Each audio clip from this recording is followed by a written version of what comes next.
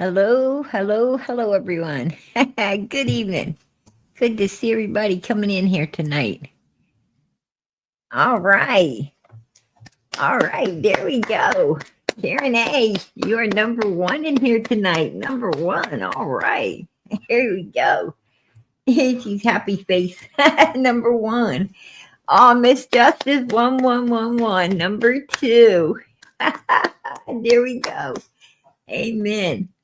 And Stephanie, you're number three. All right. Good to see you, Mama PG. Hey, good to see you too, girl. You know it.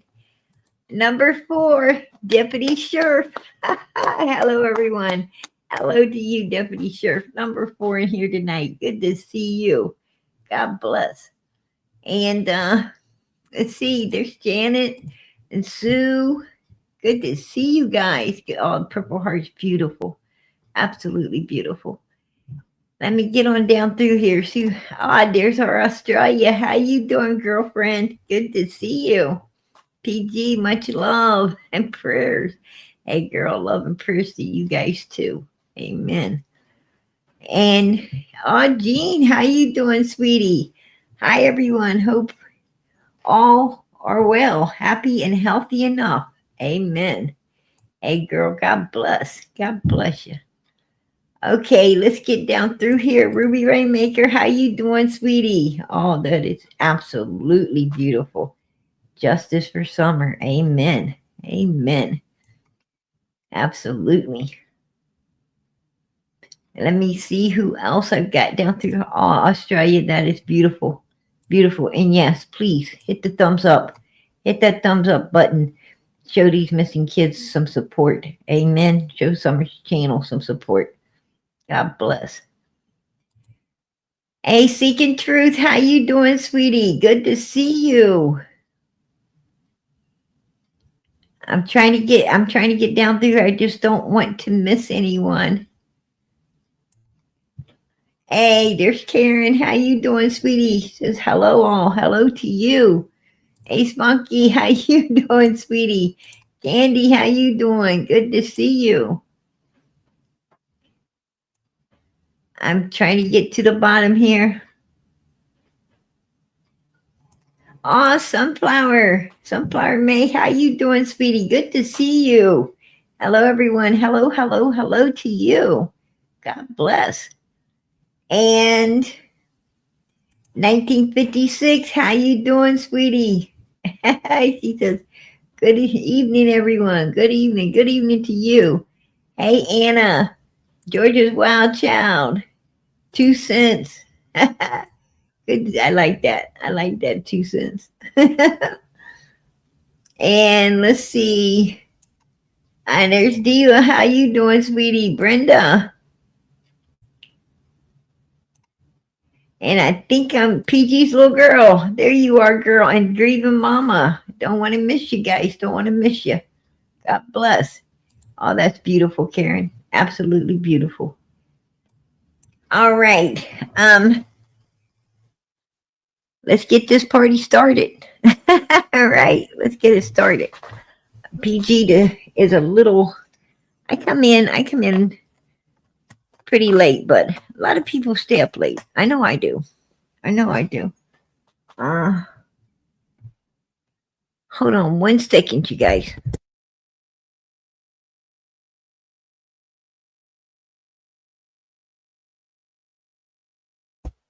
Huh? I was like, I gotta go grab my lighter, and it was sitting on my lap, right? Went to stand up and it hit the floor. Like, whoa, there you are. I cannot make it through the night without my lighter. Right? Gotta have that.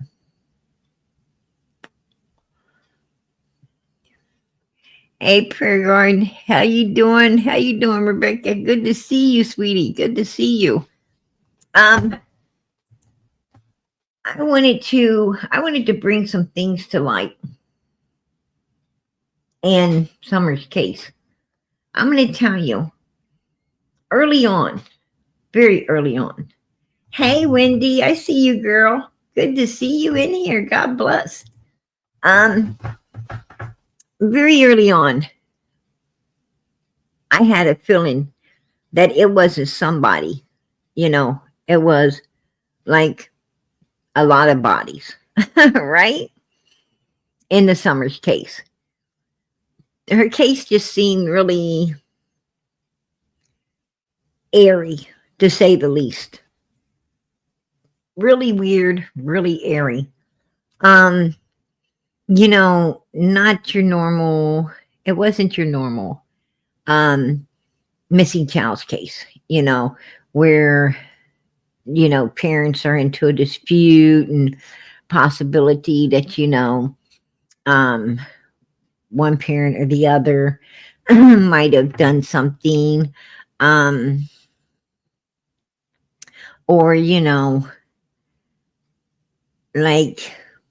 like Megan Boswell, for instance, new boyfriend, kind of wanting to change her life around and, thinking that sometimes these young mothers, feel that the child's getting in the way of their pursuit to happiness and so forth and so on. I mean, it's not like that. It's not even, Quentin Simon case, Leilani and, same thing, as like Megan Boswell and so forth. But Summer's case is a lot different. It's like it's like a scary weird case, right? Like a scary weird case. It's got all these weird people surrounding it, and it's like a big group.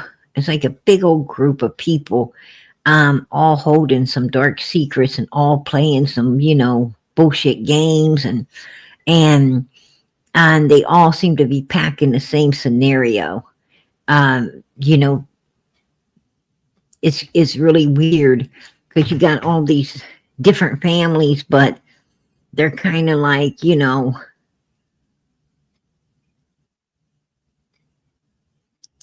all one in how they act and how they conduct themselves and so on and so forth.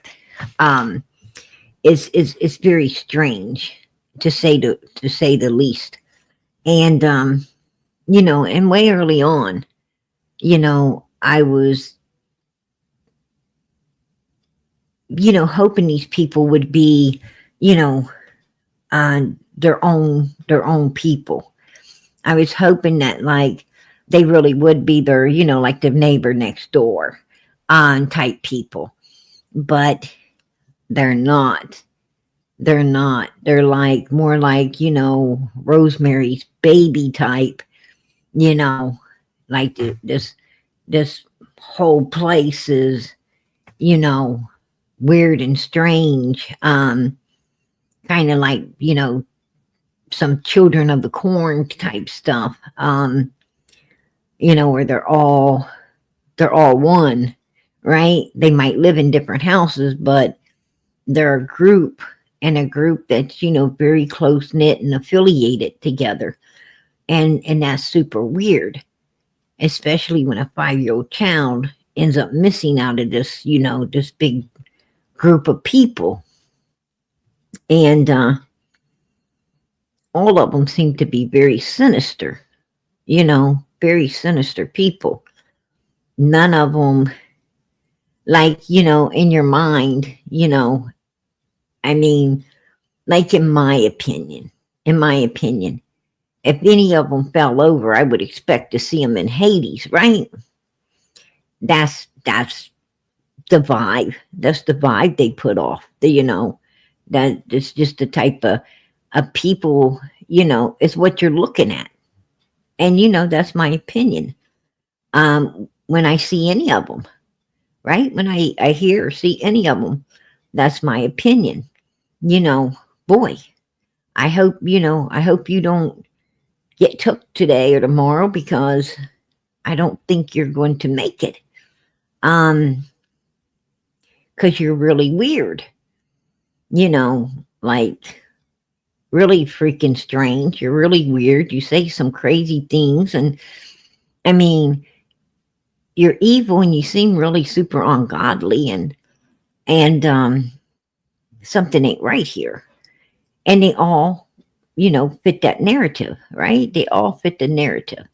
You look at Don, Candace, and Grandis, they fit the narrative of evil, of pure evilness. Um, and that's my opinion.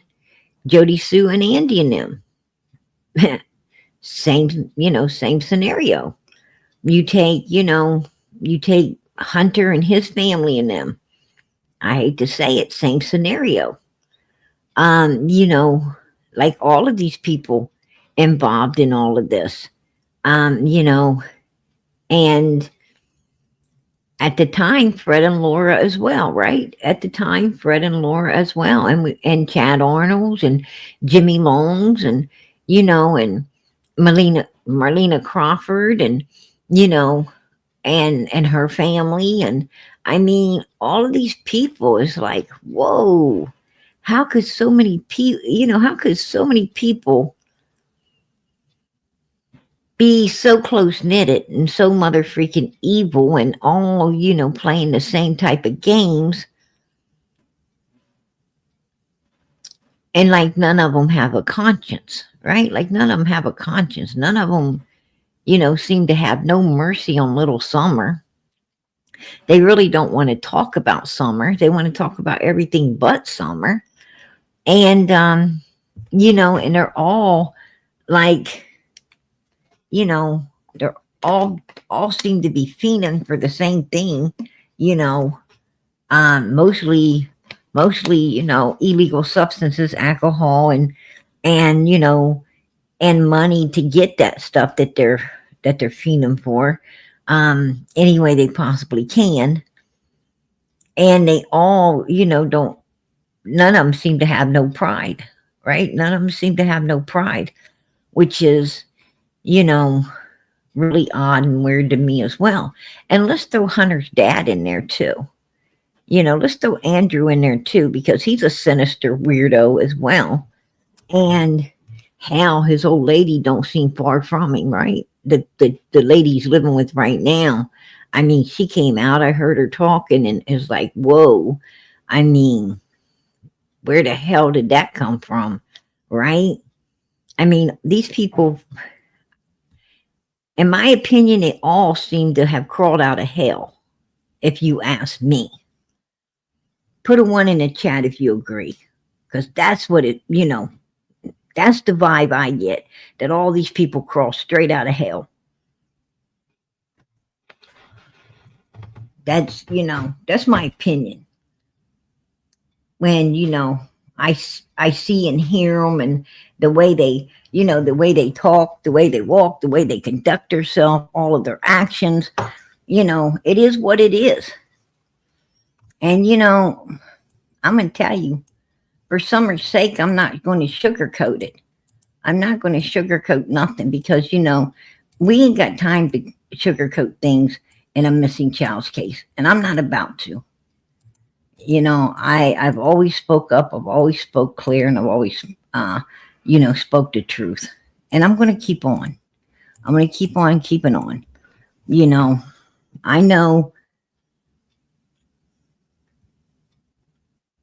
I know the ratifications that could happen and out here in all of this, I know, you know, I know how dangerous it is to be dealing with missing children's cases and stuff like that.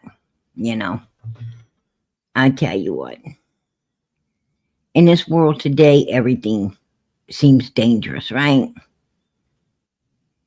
Just to breathe seems dangerous, to be honest with you. We got a lot of shit going on in our world.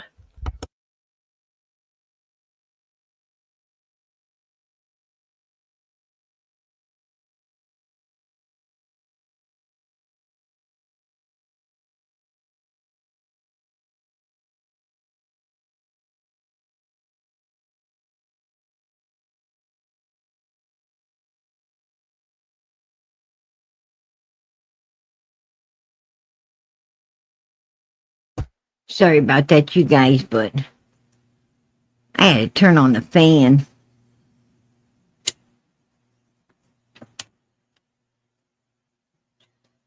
My goody goods kicking in. My goody goods kicking in. And not only that, but I run around in a sweatshirt all the time. But yeah, it's a lot, Yeah, this world is scary. You know, um, it can be. It can be at times. But you gotta call it like you see it. God, God don't give people, he don't give his children an armor suit, you know, to go hide somewhere in. He gives you an armor suit so you can stand up against the wells of evilness, right? He gives you an armor suit so you can, you know, shut evil down. That's why he gives it to you. And if you don't stand up to it, you know, bottom line, if you don't overtake evilness, it will overtake you. And people better start learning and understanding that. The old folks didn't let evilness overtake anything. They wasn't going to let that happen. But in today's world, it's a different world we live in today. A lot of people, the evil folks, are trying to run this world. They're trying to run this world because nobody's standing up. God's children just ain't standing up against it. They ain't doing what it takes to shut it down, and therefore, it's overpowering. And and if you let it get a super good foothold, you're not going to be able to stand up against it. You have to shut it down as it comes at you. And we've had a lot coming at us. Quite a bit, in all kinds of different areas. That actually, people should have stood together, stood up and said no, we ain't going to allow this. We ain't going to have this. When they first brought TV out, right? When they first started getting people to buy TV sets and bring them into their homes and so forth and so on. They played real good wholesome movies and commercials and stuff like that. And the reason they did that, because the old folks would have threw it out in the garbage. They would have took that TV set and put it in the trash if they would have been playing the trash that we're watching today on the TV set. If they'd have had that kind of stuff on the TV set back then, the old folks would have put it in the garbage. They just said, oh, heck no. I'm not going to let this thing offend my eyes. I'm letting it offend my children's eyes. I'm not going to be, I'm not letting the devil in my house. Whether he's in a box or whatever, he's not coming in my house. So that box would have been out in the garbage, and they knew it. So what did they do? They played, they kept it clean. They kept it clean. They kept those people dressed, and they kept those people, healthy and wholesome. And, because they knew what they were dealing with, and they knew, what would happen if these people, seen the stuff we see today. But as the years went by, they little by little, they got away with, getting worse and worse and worse and worse. And people accepted it. Little by little, people were accepting this stuff. Nobody was standing up. And, basically, you can turn your TV on and, it's like, in today's world, the TV can be a devil in a box, right? I mean, if you want to keep your kids away from bad stuff, then basically you have to, you know,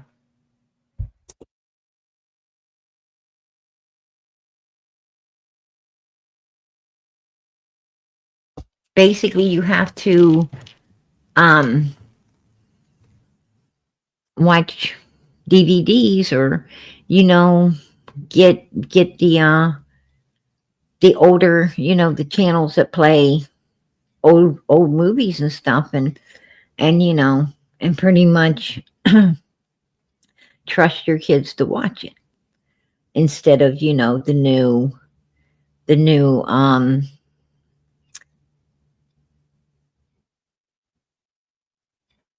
stuff that you don't want your kids seeing, that you don't want them to be influenced by. But and the same goes with game machines. There's a lot of good games that kids can play, not too bad. But there's a whole lot of really bad games too. And those are the games. I always, research the games before I purchase them for my kids, because I don't want my kids, um, playing games that I feel could alter their minds. Violent games, um, stuff stuff like that. But a lot of parents do. A lot of parents do. That's why I keep my kids home. Right? I don't let my kids go out and affiliate with other people, because I don't want no one influencing my kids. I got really good kids, and I like to keep them that way.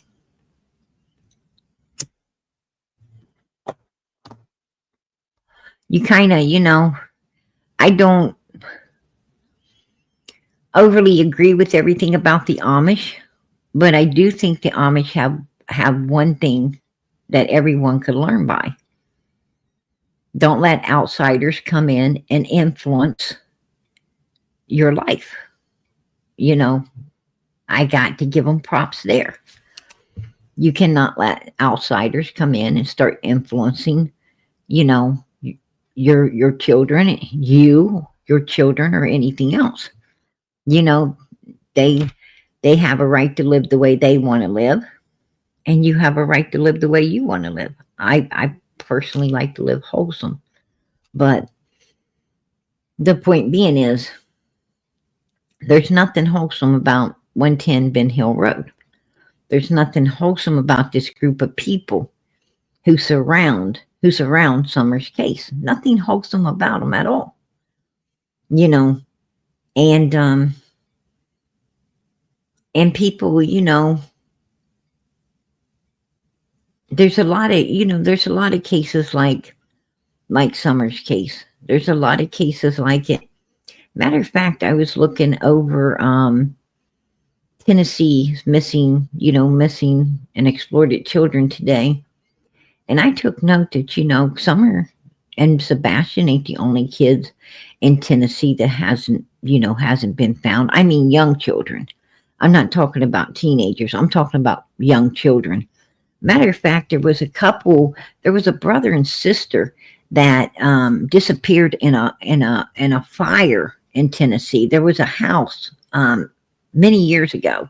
There was a house in Tennessee, a grandmother's home, that had caught the fire somehow, and they got out of it and everything, and they even was able to rescue some kind of bird or something in there, but they searched and searched, they couldn't find no children in there, and the children were gone, seemed to be gone, and they haven't ever found these two little children, the little brother and sister, who had disappeared that night. I find that, quite odd. It's an old case. Put a 1 in the chat if any of you know about that particular case. Because I was looking it over today. Then there was also a baby a 3-month-old baby who disappeared out of Tennessee as well. They found the mother. Unalived, and in the water. She was found unalived in this water. And the 3-month-old baby to this day hasn't been found as well.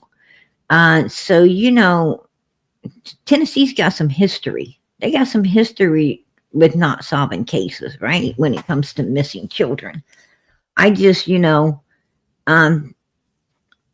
found that to be really odd that they don't work harder to solve their cases, to be honest. Just saying. Yeah.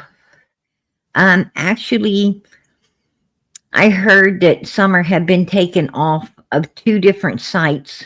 2, not just one, not just the FBI, but 2 sites now. She's still on that particular site, and so was Sebastian Rogers. He was still on that site with the Tennessee missing, but there's also, like I said, there was other cases that kind of, made me go, wow, what's up here? And but there was she has been removed from two different sites now within the last couple of weeks. And so that leads me to believe there's something going on. Something's going on in Summer's case. They, somebody's talked. They found something. I don't know what they found, but they have found something. In in that area, somebody's talking. Definitely, somebody's talking. So, you're not too late, honey. I just got started on Legend. We just got started. So, you're not late at all. Welcome in. God bless. But I was, as I said, I had been listening to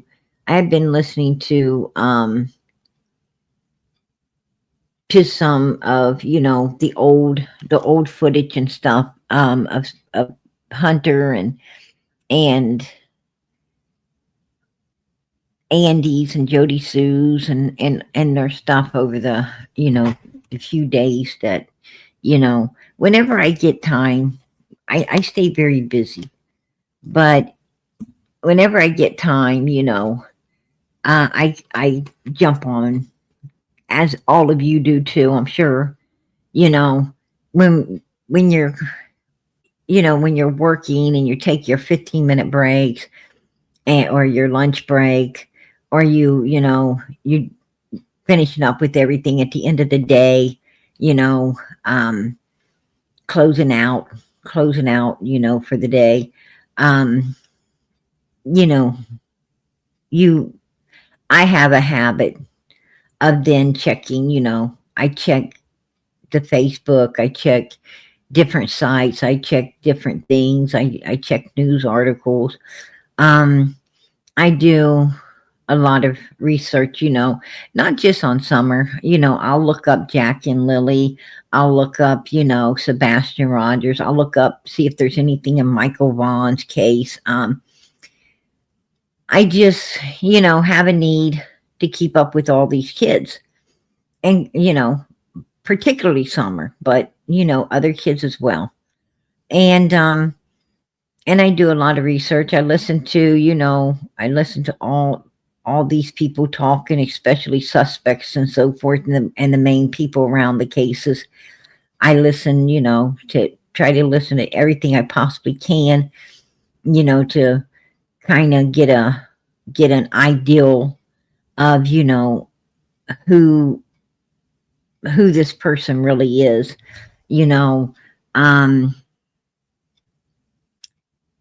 what type of person they are, what they may be hiding, not hiding, is their story changing up? There's a lot to be looking for. Observation is, a great tool. It's a great tool, when you want to know, really want to know who someone is. It's an excellent tool. And, you could tell a lot by just watching, someone their body language, how they speak, how they move, tells you a whole lot about people. And then, then you take in, everything they're saying, and then you compare it to stuff they said before, and so forth and so on. And then that, gives you a real good idea what kind of character this person is, what kind of, are they a liar? Do they seem to be pretty solid? So forth and so on. It's a lot of work, but it's well worth it, for these kids' sakes, if you're going to try to figure out what's, happened to them, and try to help bring them home and get justice on their behalf. It's well worth it, the time that it takes to do all these things. But over the, past few days when I wasn't in here and I was so busy, when I got a chance to, take a break here and there, I was able to look into some things, especially on Summer's case, and I took note, of a lot of things we wasn't catching on to early on. Early on, we wasn't, I don't know. I guess sometimes you can't see the forest for the trees, right? And there's a whole lot we missed, a whole lot of stuff we missed. And, we got Marie in here. Actually, you got a girl's name and then a dude's name, which don't make no sense to me. But, I think it's Abby Normal, to be honest with you. I think it's Abby Normal coming in here. She's been, obviously, obviously she ain't been, keeping up with her, medications and stuff, and she obviously ain't taking them or something, because over the last few days she's been, really sounding off and sounding kind of far-fetched. I don't know why, but she does that, right? She said that her, her family, actually, she said her family, especially, I guess, her daddy, had on live summer, that they got summer, and they had on live summer and all this weird stuff, and I'm sure it's Abby Normal in here, but what can you do? What can you do?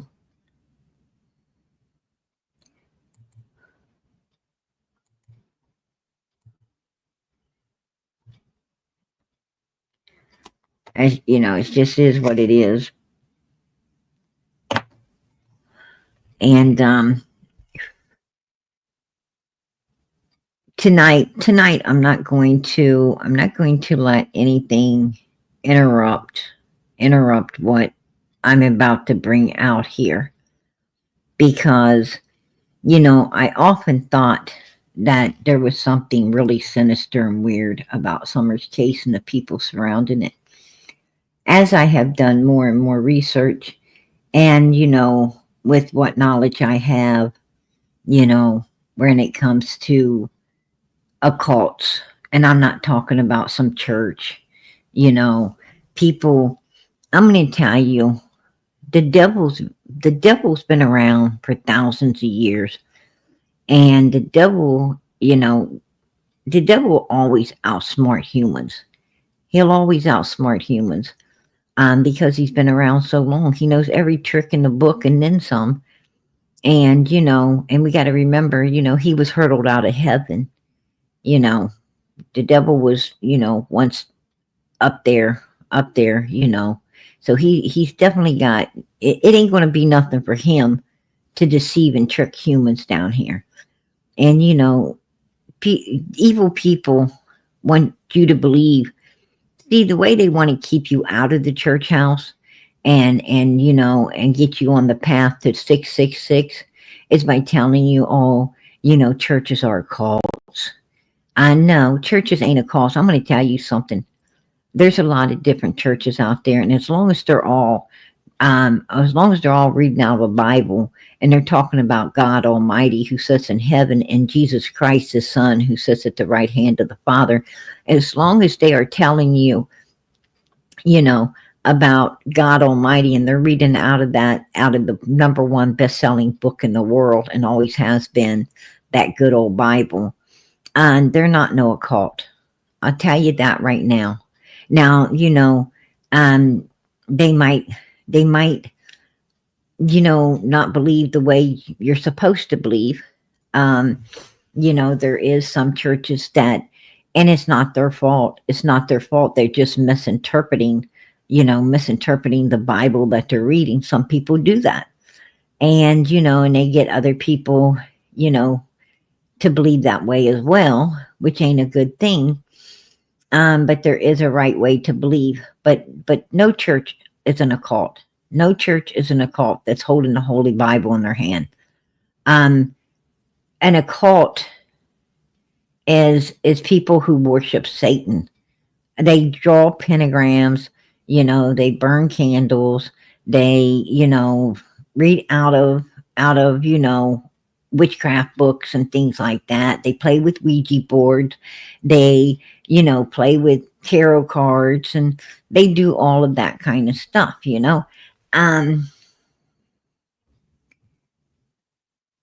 Lord have mercy. What's up? How you doing? I'm doing good. How about yourself? I'm fine, ma'am. Can't hear you. I'm doing fine. How are you? Okay, I can hear you now. Okie dokie. I was wondering how you doing. I've been doing good.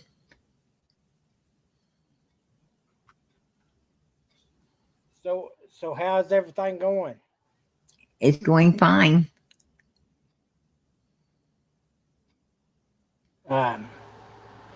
It's good to see you again. Hello? You seem to have a lot of different glasses, right? Yeah, can you help me out? Prayer garden. I need to find my glasses. Can you help me? Yeah, they're on your face. Okay, I helped him. And now I booted him.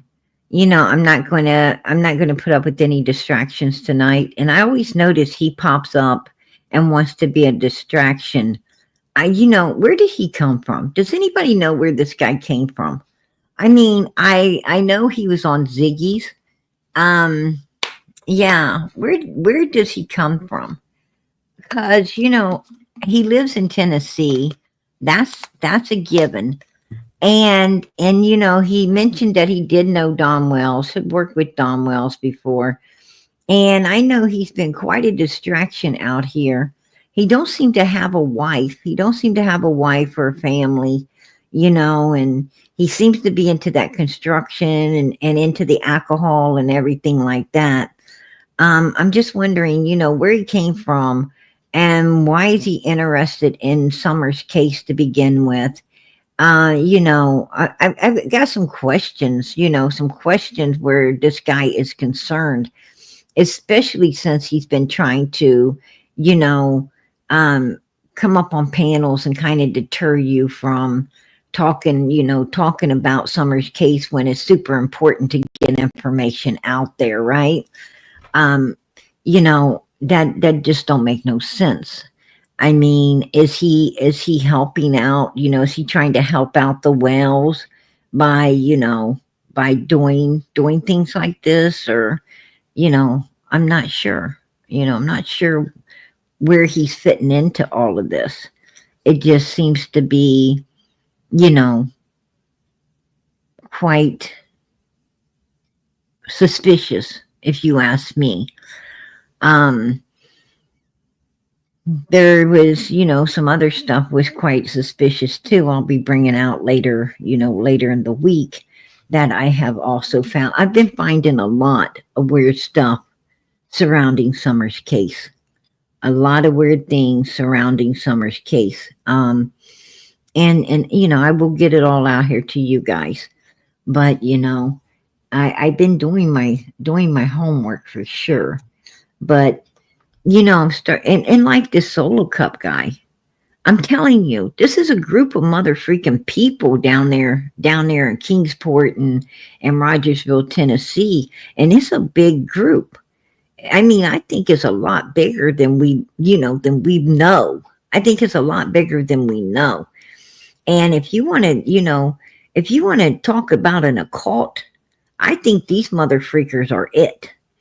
Put a 1 in the chat if it's crossed your mind that these people are a big freaking occult that's down there all mixed up in this little girl's missing case, because it sure seems like it might be to me.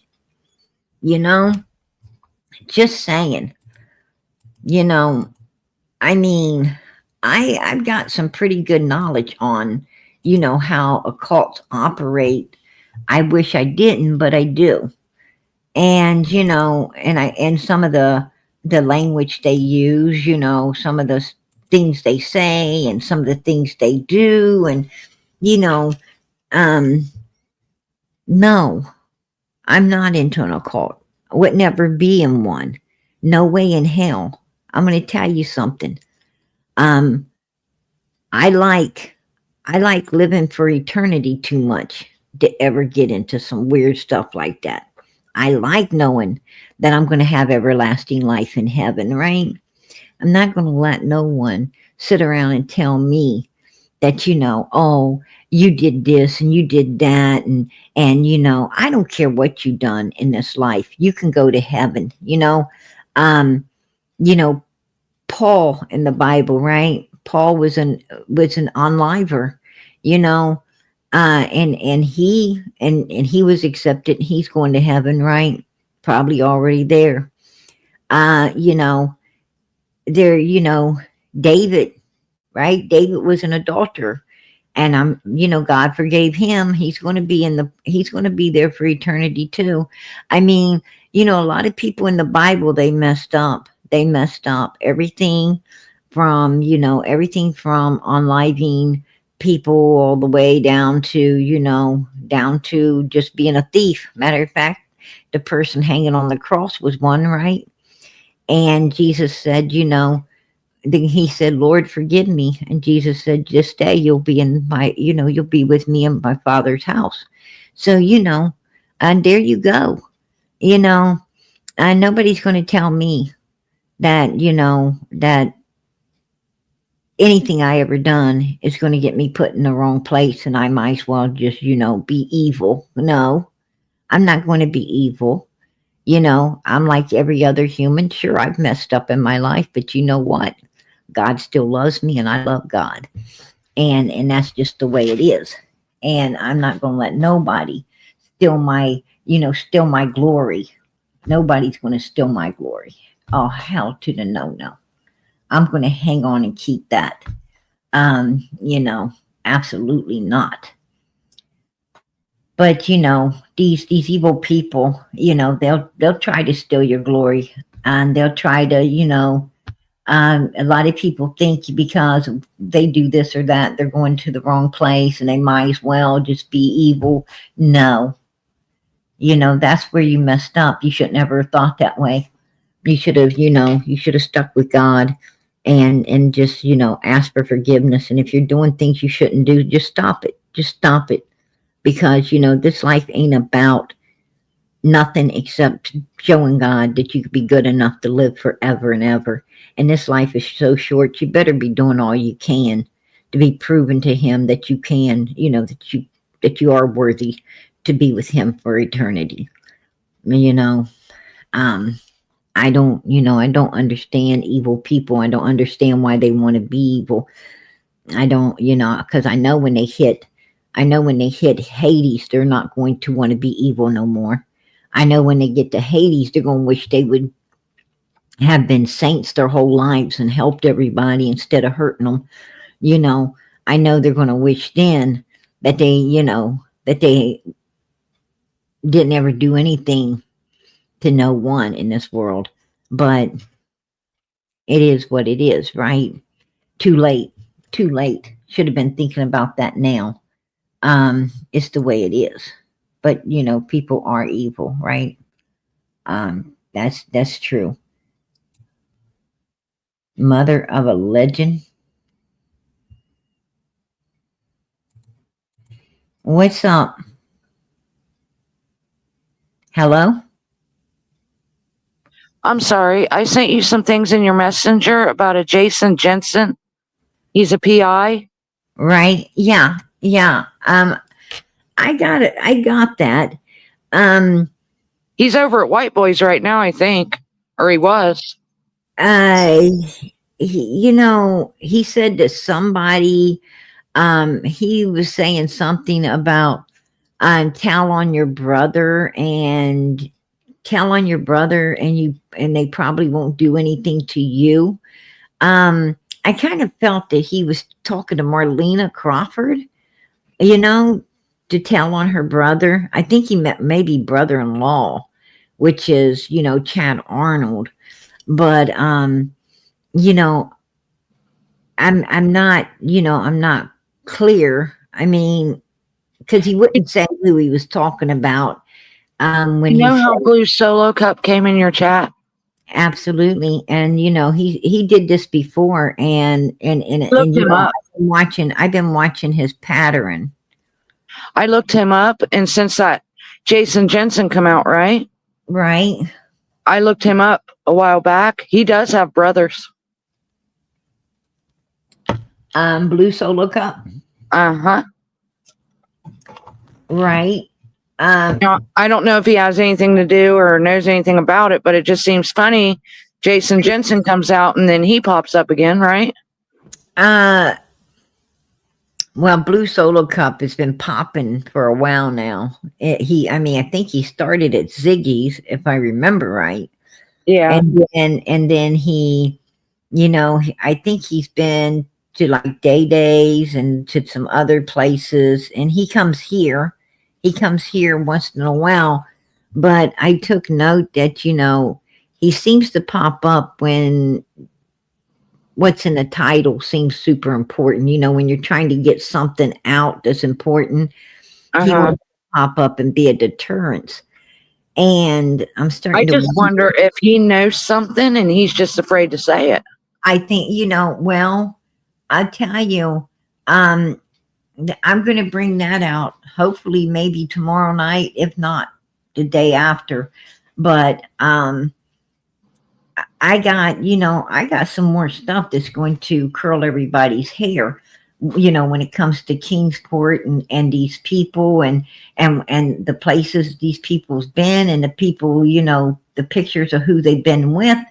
I'm going to tell you, I really went back and I've done some digging as well. And there's some interesting things that we totally missed in all of this.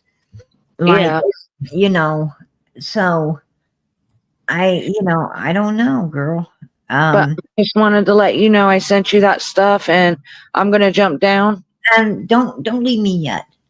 Okay.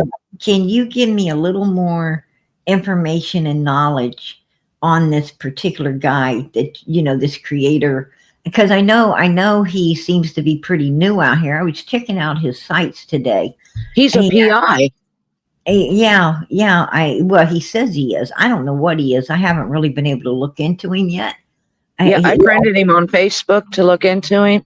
I guess he was investigating the guy from Nirvana, his suicide. Right. Yeah, I think I heard. Yeah, the guy that was found out in the middle of nowhere. Is that the one you're about? The one that was. I can't remember his name. He was he's supposed to leave some job or something, and what out in the middle of nowhere and wasn't seen no more. Yeah, he might have done that too. But Kurt Cobain, he investigated his suicide. You know who Kurt Cobain is? No. He's from a band called Nirvana back in the 90s. He was a grunge band. Well, he committed suicide, supposedly. Right. And that guy, that Jason Jensen, is a private investigator that was investigating and trying to prove that that wasn't suicide. Right. I don't know, girl. I don't know. And is that the only case he seems to be affiliated with? No, there's a few others, but I didn't go all the way through and look. Right. And what got him interested in Summer's case? He said someone called him yesterday or the day before sometime. Somebody called him with a tip. Right. And told him what happened and everything, and that's that. I guess. I mean, if somebody called him and gave him a tip, and he said he's going to call TBI in the morning. Right. I'll call him now. I mean, you're right. How come he hasn't already called? I don't know. Maybe he didn't think they were open, but I think you can call them 24/7. They're open 24/7. You know, I mean, what are you waiting for? And, you know, did he record the conversation? You know, does he have proof of everything he's right? You know, see, I don't know that, but he's over at White Boy's right now, and White Boy's tearing him down. And I sent him a message and told him to come to yours. Maybe he could talk to you, but I don't know if he will. Well, I'm kind of worried that, you know, there was another I can't remember the name of that group, but there's another one like that came out here and said a whole lot of weird stuff, and not a lick of it, not a damn lick of it was true. I mean, it was a real run around the bush. It's hard to trust. It's hard to trust people. It is, you know, because so many people are out here for the wrong reason. And, you know, we can't stop that. But I wish we could, but we can't stop that.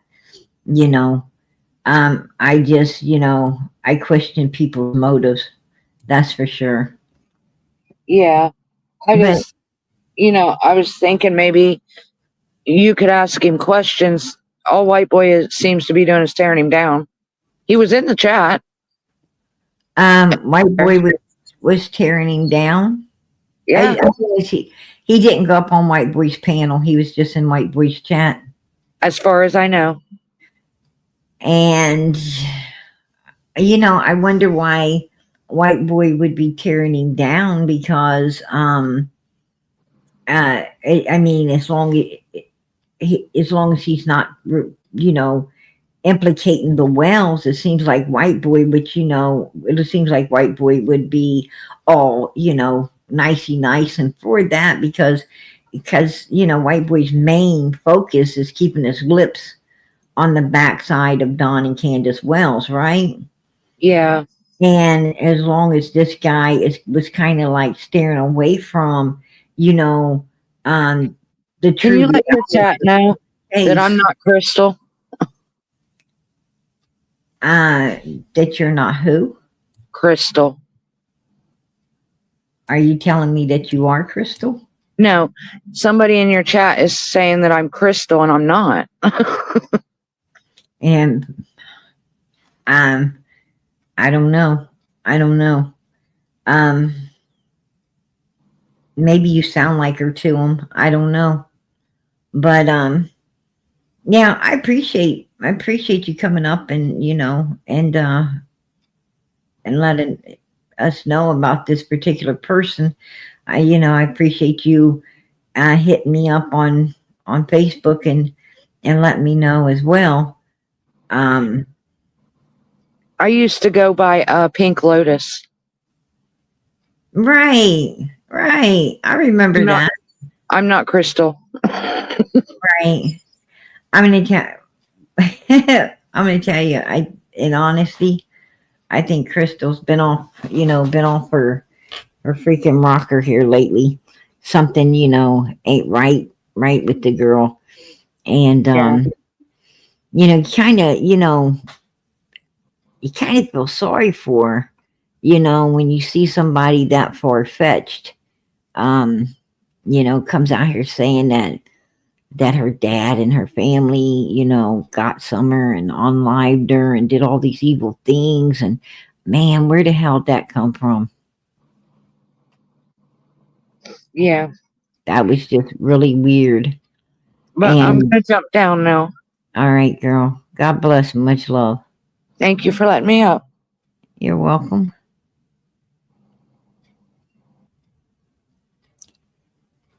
Yeah, that crystal's kind of strange.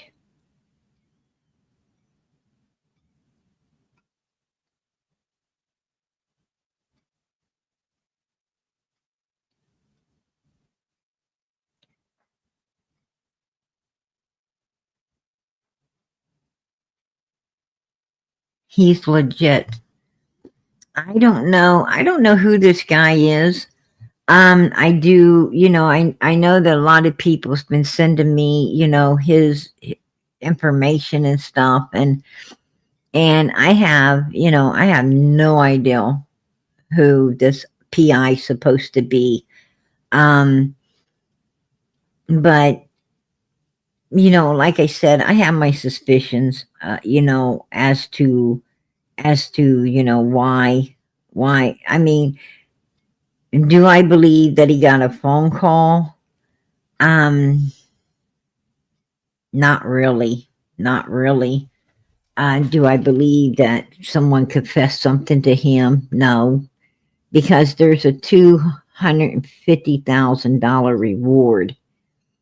Why would you confess something to this PI when you could call, you know, when you could call law enforcement? If you, I mean, if you seriously have information, oh, I don't trust anybody but you with this information. That sounds like bullshit to me. Um, You know, just saying, just saying. It just sounds, you know, sounds really weird. Um, no reward anymore, PG. I hear there is a reward if Sebastian or Summer is found. I heard there is. I don't know. Allegedly, there is. Um, I don't know how they could get out of not paying it when they have offered it up. That's what I'm saying. But I'm sure someone would, you know, someone would call law enforcement and give, you know, give that information to them. And plus, there is a reward out there for Summer of at least 10 grand because the guy that took his money back, there initially was a person who put up 10 grand up front for Summer case. And when, you know, when they took Summer's reward away from her, he got his money back. But he said that if ever, you know, someone comes forth or Summer's found, he will pay. He will give the 10 grand to whoever led law enforcement to Summer and work to have Summer found. So that 10 grand is still out there to be had. You know, that was his word and he can't go back on his word. So that 10 grand is still there, you know, for the takings. And if someone, you know, had information, they're not going to call no PI like you know, like I trust you and nobody else. Bullshit. That's weird. That's insane if you ask me. They're going to call law enforcement. They're going to give that information to law enforcement. And they're going to have law enforcement go and, you know, do what needs to be done to get Summer. Something's going on in Summer's case. Something's already going on in Summer's case with law enforcement. We already know that. You know, maybe he's heard it. Maybe he's heard, you know, maybe he's watched and heard that, you know, something's already in the works with her case already to be found. And, you know, and he's just, you know, gaslighting everybody. I don't know. I don't trust anyone, to be honest with you. I trust nobody. You know, especially when, I mean, if he's a PI, what is he doing out here on YouTube, right? what is he doing out here on YouTube? You know, don't PI stay busy behind the scenes, you know, taking pictures and you know, helping divorce attorneys make more money? I think that's what they do. Not sure, but you know, I think that's what they do. But anyway, enough about him, because I didn't come in here to talk about, you know, some weird PI that's just popping out of nowhere in Summer's case with, you know, some off the wall story about, you know, a phone call. I'm not even trying to go there, to be honest with you. I am talking about 110 Ben Hill Road. I am talking about a group of people that seem to, you know, be very sinister. You have Jody Sue talking about meeting up in the woods. You know, don't wear your perfume, don't wear your, you know, makeup. I mean, you know, come up here. Pretty much, you know, everybody needs to come up there, ugly and smelly, right?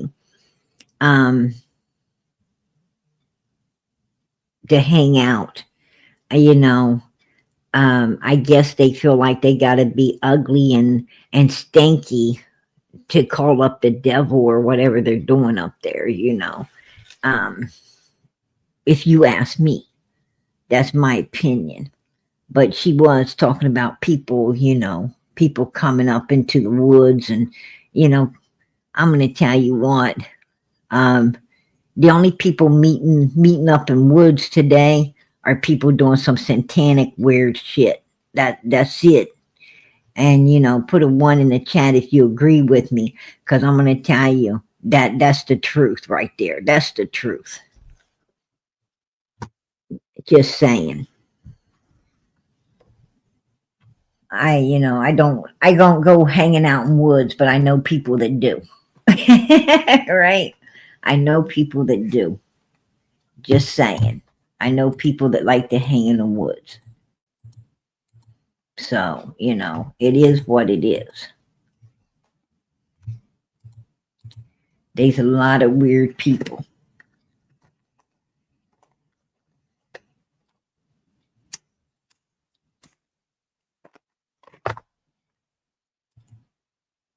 Yeah.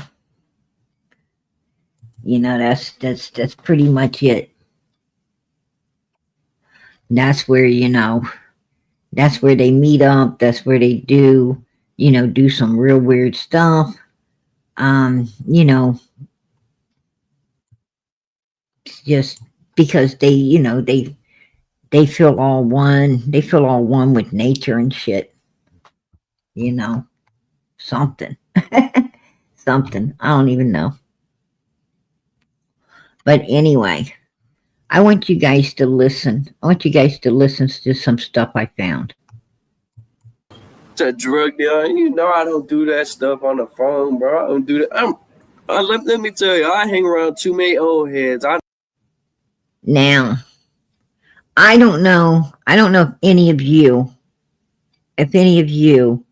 have ever been, you know, been around a real occult. I'm not talking about church. I'm not talking about a church, you know, where they're talking about the Lord, God, and Jesus and all of that. Because that's not an occult. That's what they want.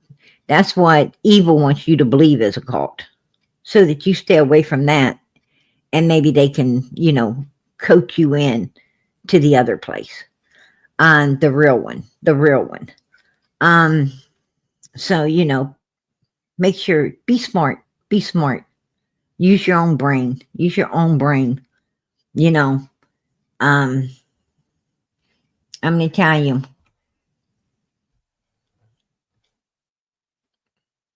you know how you believe. You know, we all know how we believe and what we believe in. And you know, if I go to a church, and they don't believe, you know, how I believe that the Father, the Son, and the Holy Spirit are three but one. You know, are three people but one. you know, as in like a husband and a wife. You know, they're two people, but one. When you get married, you become one, right? And God, Jesus, Holy Spirit, they're one, but they're three different, you know, people. So, with that being said, the thing is some churches don't believe that. Some churches believe that God barned himself down here as Jesus and walked the earth and did what Jesus done, and then, went back into heaven. No, I don't believe that, because, how did, if God barned himself down here as Jesus, then why did God's voice come out of the sky and say, "This is my good and faithful son," when Jesus came up from being baptized? Why did God have to turn his face away when his son was on that cross? Why is Jesus sitting at the right hand of his Father if he is his Father, right? I don't believe that way. So I don't go to churches that do. I don't, I don't believe that way. I don't want my kids ever believing that way, right? Because that ain't the way to believe. And, the only way to the Father is through his son, Jesus Christ. You got to go through Jesus to get to God. Why would you have to go through Jesus to get to God if God was Jesus? It don't make no sense.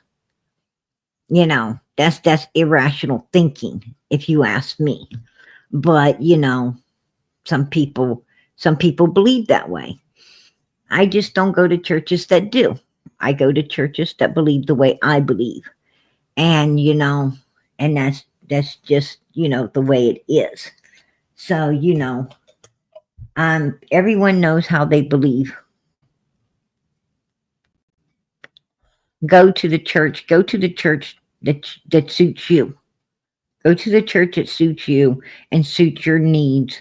If you really love God and you seek God, when you walk into a church, you'll know that you're home. You'll feel it right away. When something will just tell you you're home. That's where you belong. Right? You'll feel very comfortable. You'll just know. And that's the church you should attend. But churches are not occults. An occult is people who worship Satan. People who do weird things. And, that's what a cult is. It's a bunch of witches and warlocks gathering up, having a big party, right? All of them trying to put their heads together, to spark a fart or something. I don't know. They're doing something. I don't know what it is. Don't personally care. But, it sounds like that's what Jody Sue was up there trying to do, right? She's trying to get a bunch of people together to spark a fart. And, and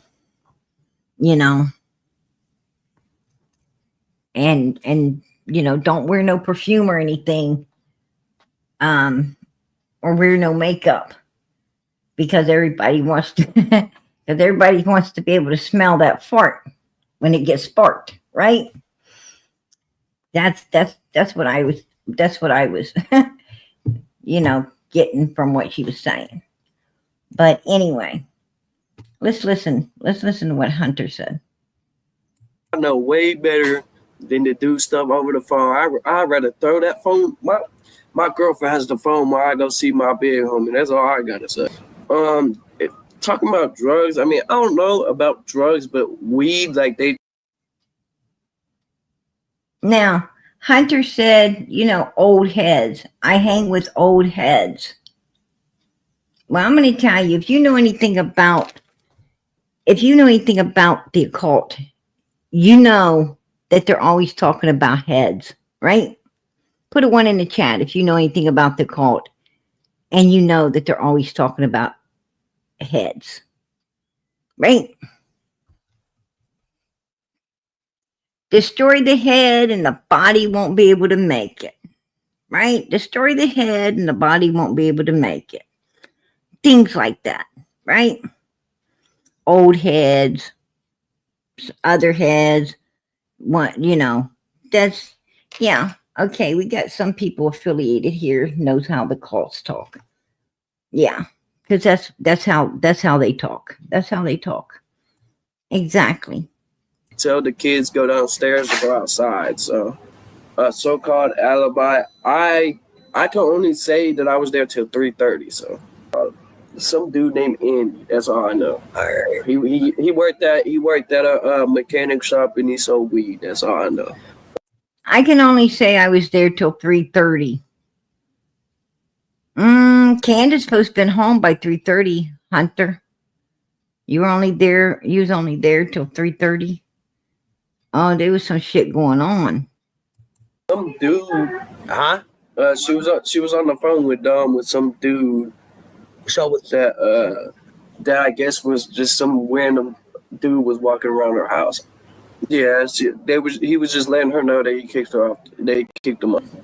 I don't know about touching kids on the property. I've never seen it. Hunter, why did your grandma say you were distraught?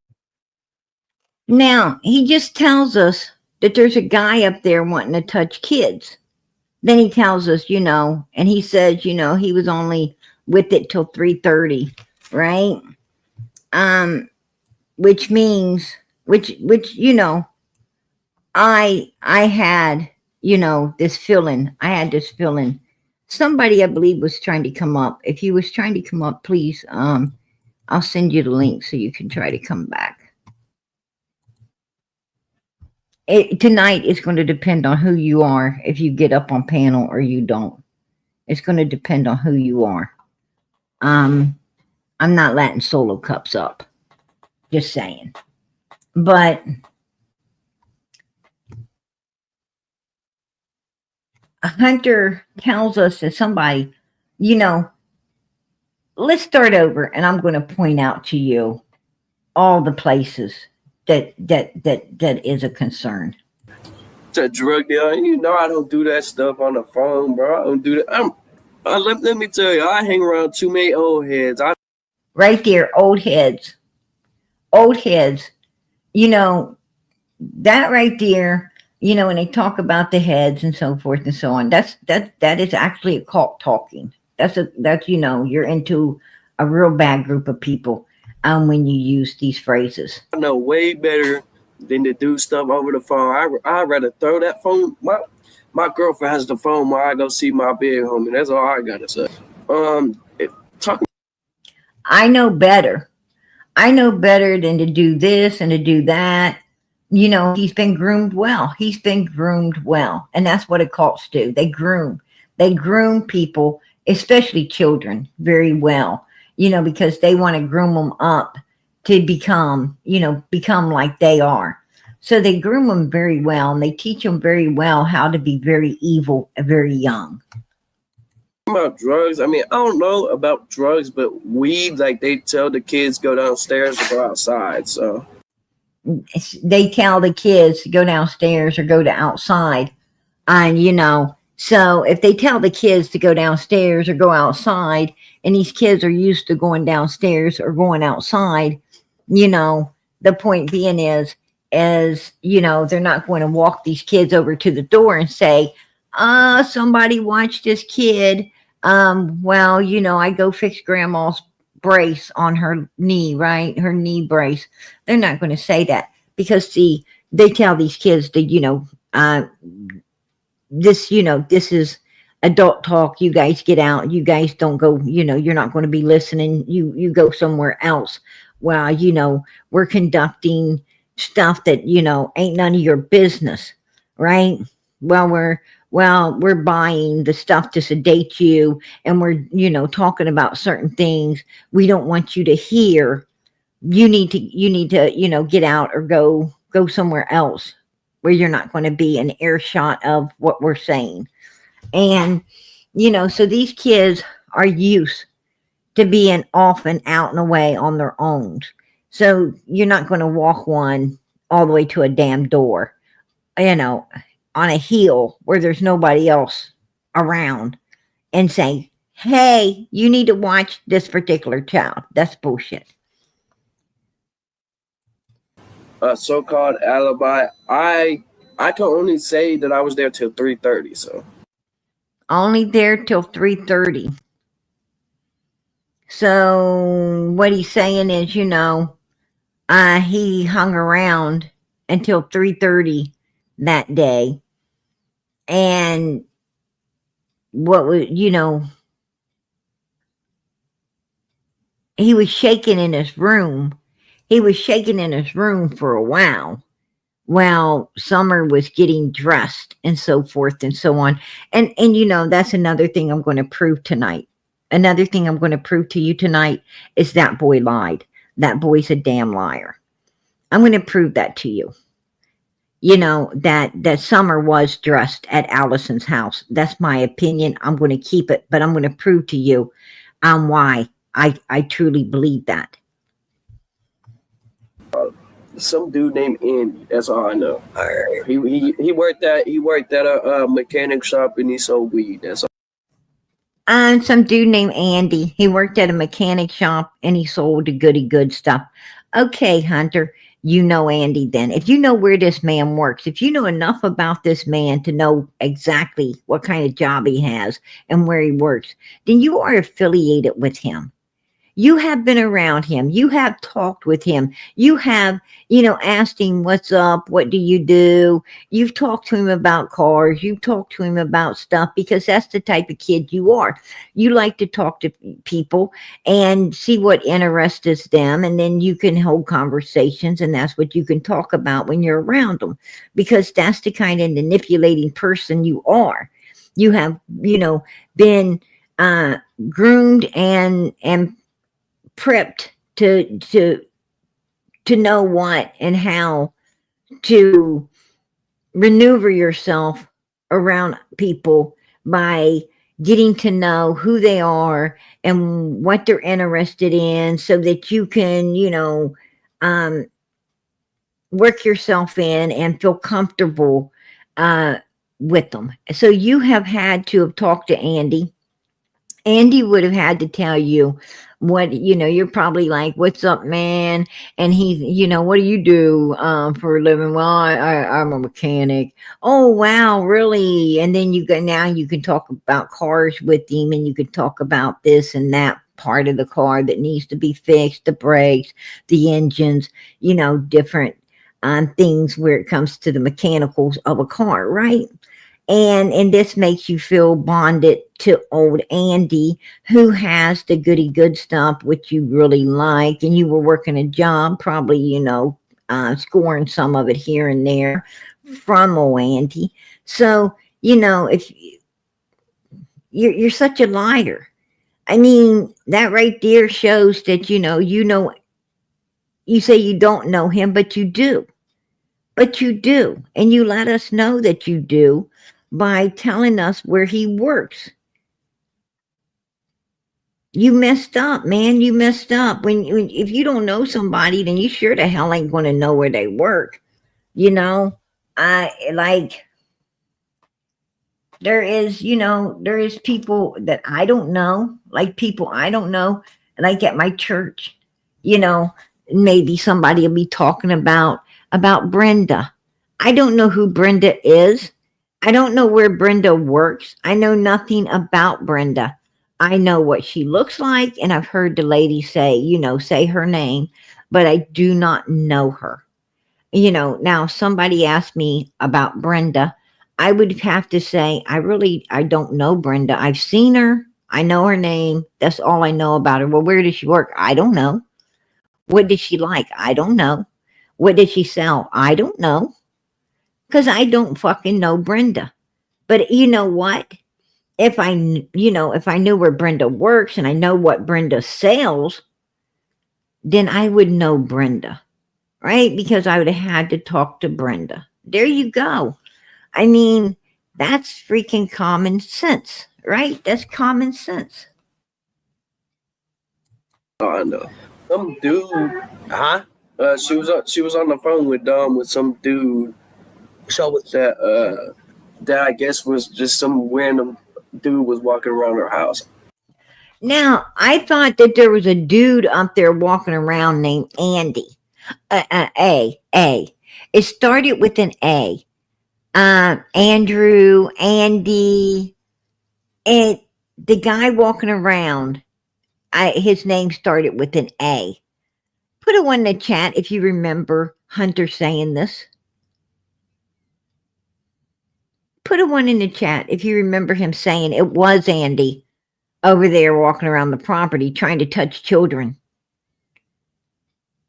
That's what he told Chris. Yeah, that's what he said. And you know what Andy said? Listen, kid, you better not ever be putting my name into something like that again, right? And now you could tell Hunter's afraid. He's afraid to say that, it was Andy that's supposed to be walking around.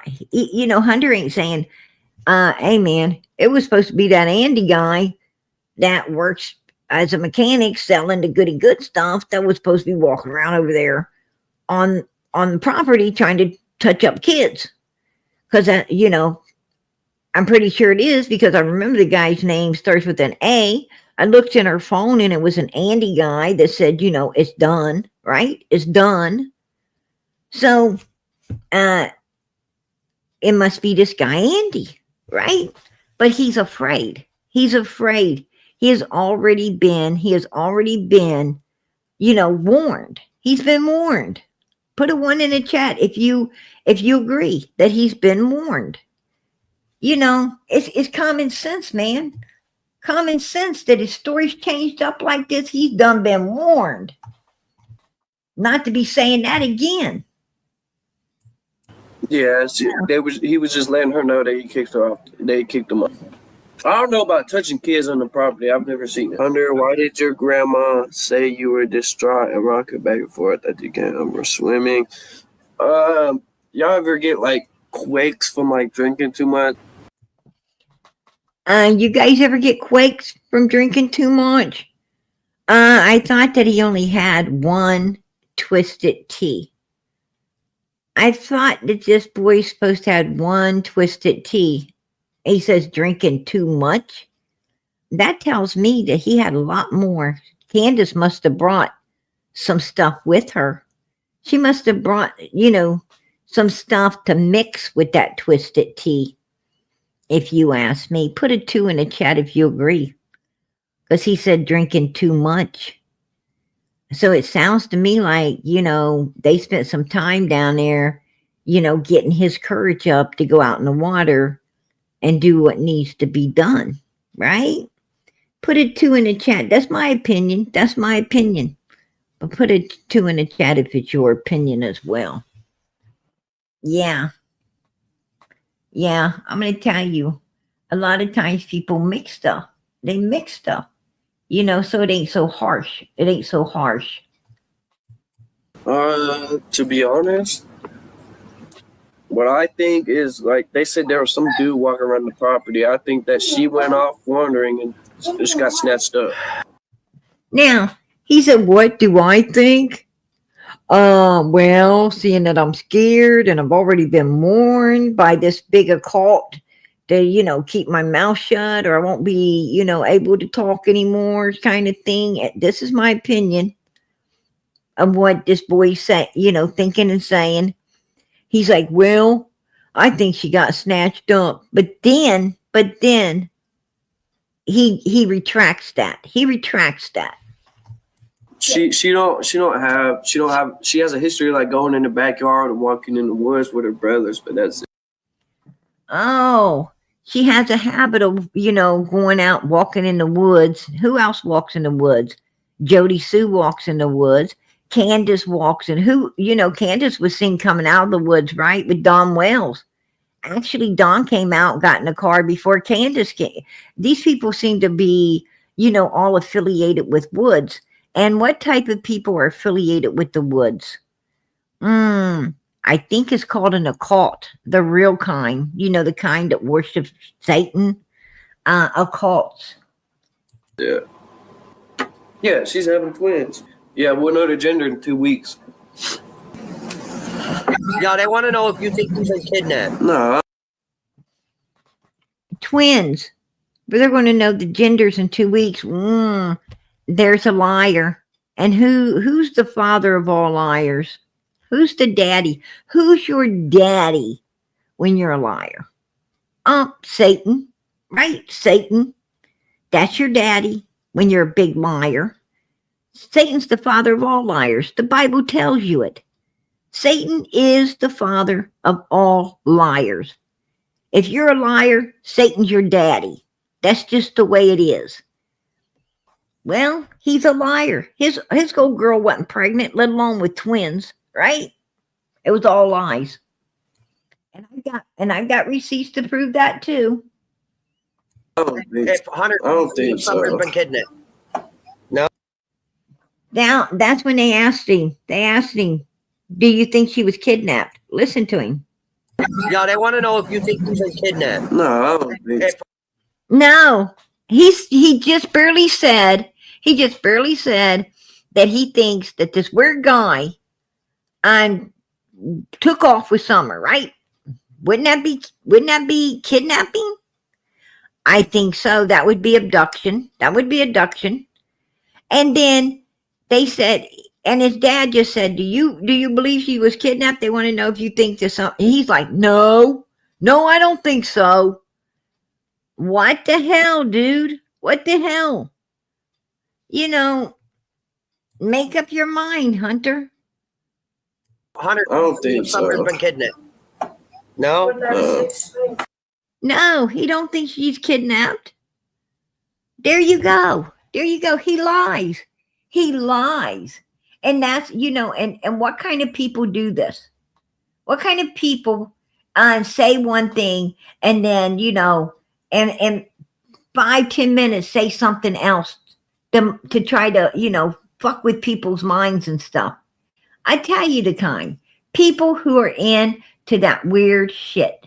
People that, you know, people who are into that crazy occult stuff. That's the way they do. That's exactly how they do. And then you know what? You know what they said. And they try to tell you, oh, no, I didn't. I didn't say this. I didn't say, trying to make you look like, you know, they try to make you believe that your mind is messed up because they're playing fucking mind games with you in order to, you know, make you believe yourself and to make others believe that you're unstable.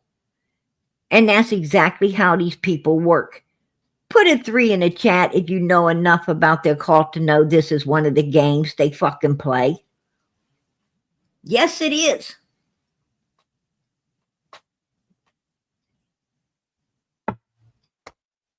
Yes, it is.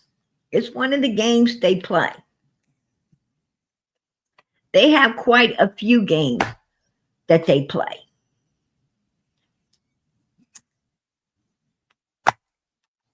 Quite a few.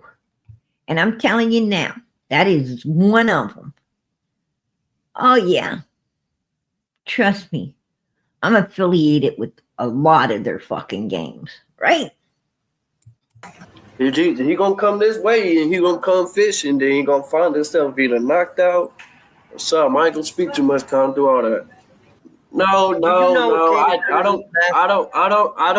I don't bring nobody's the stuff I do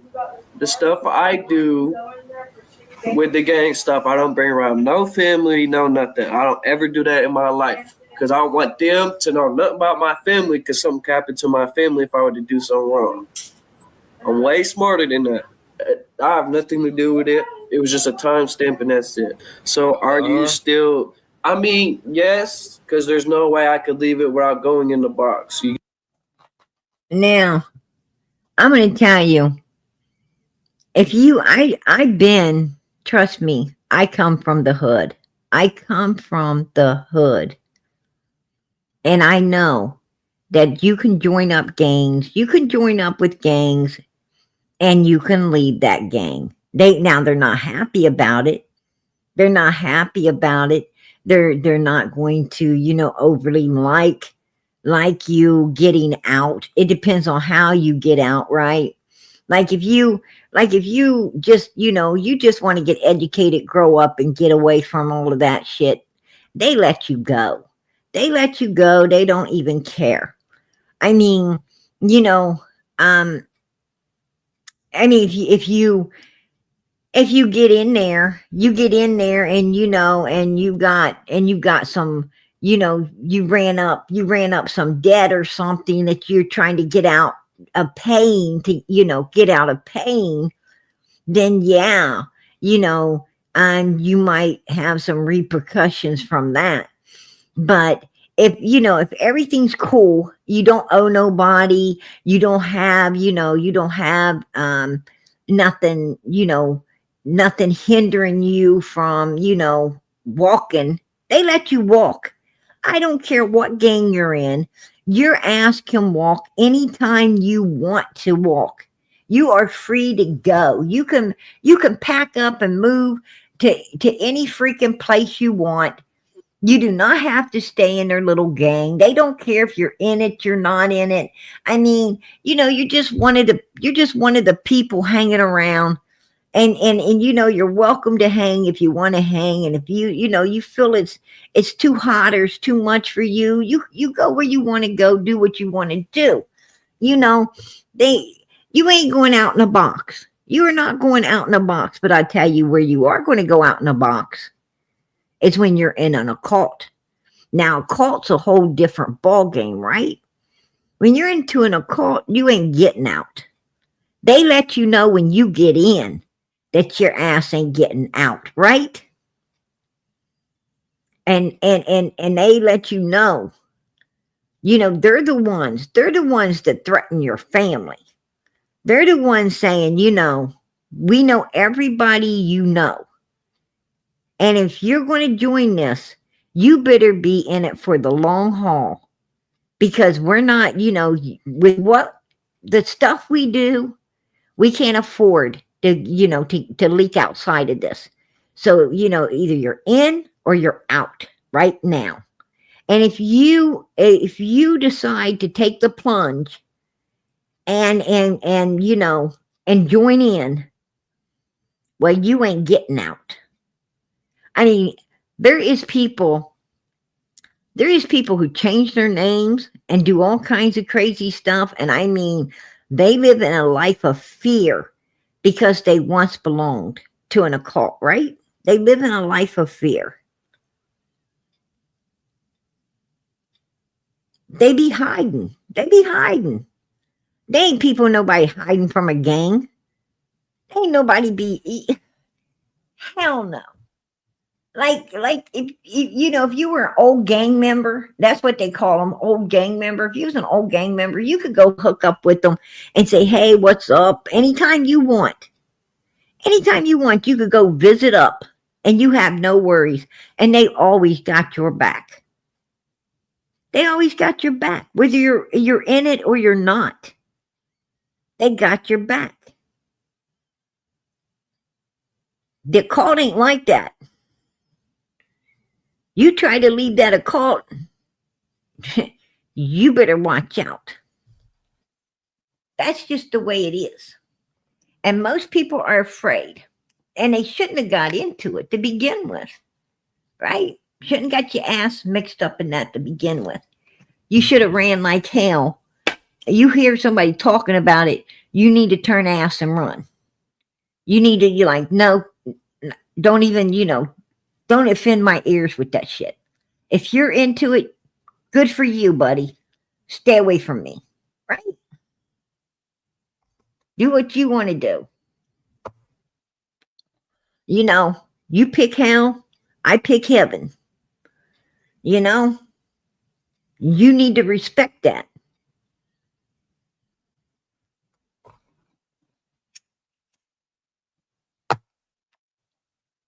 That's just the way it is. I mean, if I don't care if I don't care, you know, about this person picking Hades, then they shouldn't care about me picking heaven. That's just the way it is. And the thing with the occult, the thing with an occult, you don't have to join it. You don't have to join it. I mean, you get an opportunity to walk before you get into that shit. And if you proceed it, then that's on you. Just saying. Should have been smarter.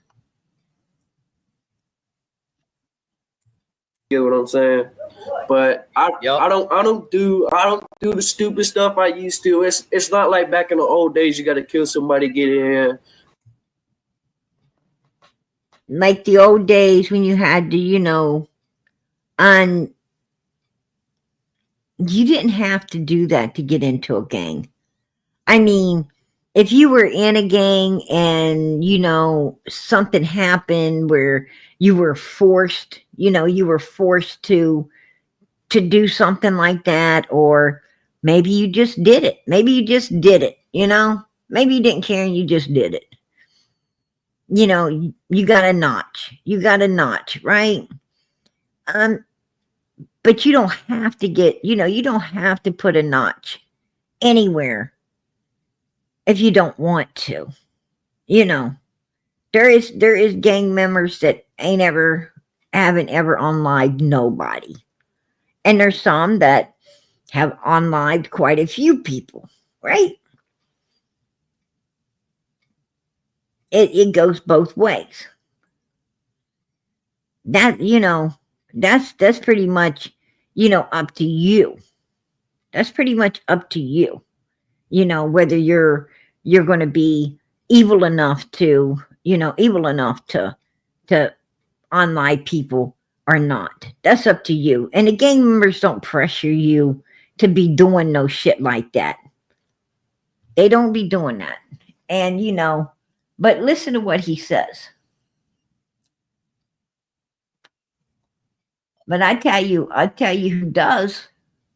I tell you who does pressure you to do that is an occult. An occult pressures you to do stuff like that. Matter of fact, there's like 3 levels, and you get to pick which level you want to be on. Put a 1 in the chat if you know what I'm talking about. When you're in an occult, there's 3 levels. You get to pick yours. Right? A lot of people think if they pick a certain one, that it's going to put them higher on the totem pole, you know, and they only find out it put them on the bottom, right? Yeah. Oh, All that stuff. It's just we look out for each other. That's all. I did that when I was a young kid. So We look out for each other. That's all. You know, he said he did that when he was a kid. Listen to him. He unlived people. He unlived people when he was a kid. Listen to this. Listen. I did that when I was a young kid. So Unlive people. He was talking about unliving people. He said that they don't do it no more. They just watch out for each other. You know, he did the other when he was a kid. Talking about unliving. Who the hell did he unlive? Who did he unlive when he was a kid? He said after his mom passed away, he had to grow up. He had to be a man then. So he's talking before his mother passed away. Who did he unlive? He said he did that when he was a kid, right? You heard it. You heard it with your own ears. Who did he have to do that to? I mean, right there, he admits that he's unlived someone. Put a 1 in the chat if you agree that he admitted that to unliving someone. Because that's what he said. I did that when I was a kid.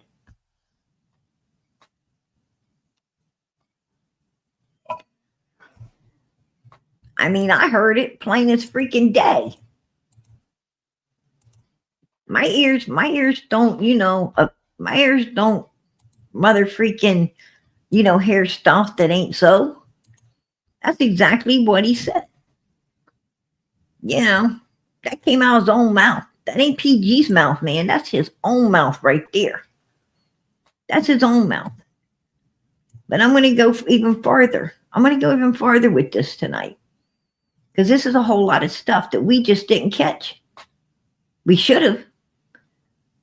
But a lot of it's just, a lot of it is new because he just came out talking on his dad's not too long ago. And we haven't really overly had time. We cover so much, so much, and other kids as well as Summer and everything else. And we really ain't had time to comb over, the videos, where he's come out, talking, with his old man and everything. So, and these, and like I said, this has just been recent, real recent, so, but, we're making time. I made some time, right? I made some time. We're getting it done. But listen to this, because I'm going to go a step farther with you tonight. Did somebody go into the store, or did you go through drive-through again? Drive-through again. And where are you sitting at this point? The same. Well, I was sitting in the middle because she was the person that was wet, and so she had a pillow under her. Okay, they went into the store. This is at Priceless. He says they went into the store. And Chris tells him, where was you? He says, I was sitting in the middle because she was wet, sitting on a pillow. She was not in this outfit at Priceless. She was not dressed in this outfit at Priceless. She was wet, laying against the driver's side backseat door. You heard it out of his own damn mouth. Let me play it again. Let me play it one more time because I want everyone to hear it. I want everyone, open your ears, open your minds, and listen. Listen, don't just hear it. Please listen to it. Because I want you to hear it out of his own mouth. Did you go into the store, or did you go through drive-through again? Drive-through again. And where are you sitting at this point? The same. Well, I was sitting in the middle because she was the person that was wet, and so she had a pillow under her. Got it.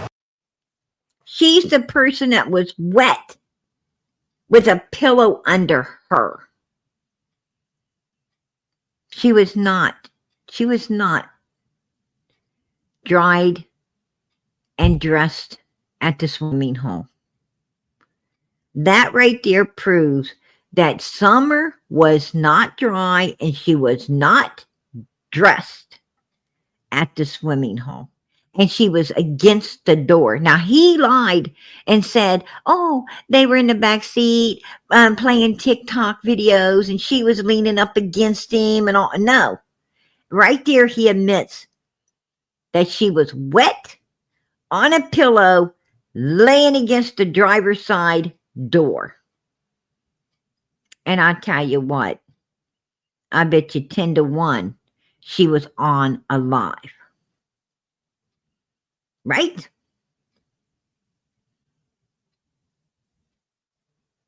Put a 1 in the chat if you agree. She got dressed at Allison's house. They took that baby to Allison's house.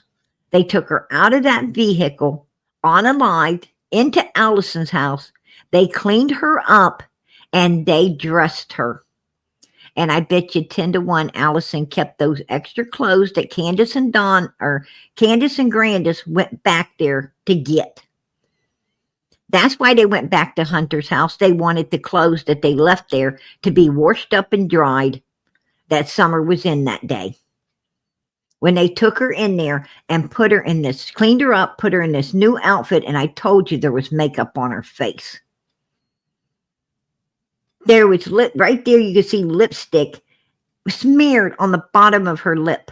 She's turning freaking blue. You could tell that they tried to cover it up, but it was so bad. It was coming through. I'm telling you. And that's why he was in the bedroom, mother freaking knocking his knees and shaking his hands and freaking twitching his fucking head, right? Because his ass had to sit in a vehicle with this kid, not just at the store, but he had to sit there through looking at that all the way through the place to get Walgreens to get Granny's medicine. He had to sit there all the way through Sonic's, all the way through Walgreens, all the way down the road, and all the way through that store. He was back there. He was the one having to see it.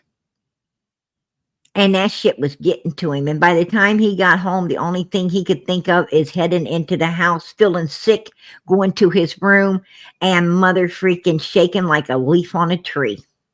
Right? Yeah. Well, they brought her in and they cleaned her up. And Allison needed to protect her son because she knew what went down and she knew what was going to happen if the truth came out.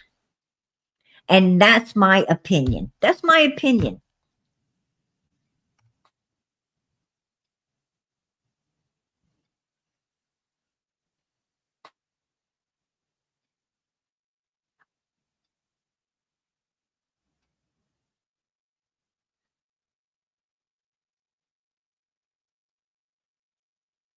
Absolutely. Yeah, he was doing a lot of that yawn talking. He was hoping they wouldn't get it. He was, didn't know when he yawned like that is because he didn't know if he should be saying it or not.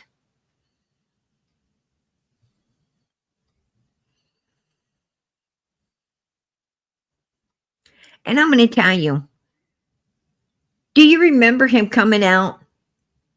You looked on his Facebook, everything's hunky-dory with him and his girlfriend and everything. There's nothing going on. Everything's cool between them.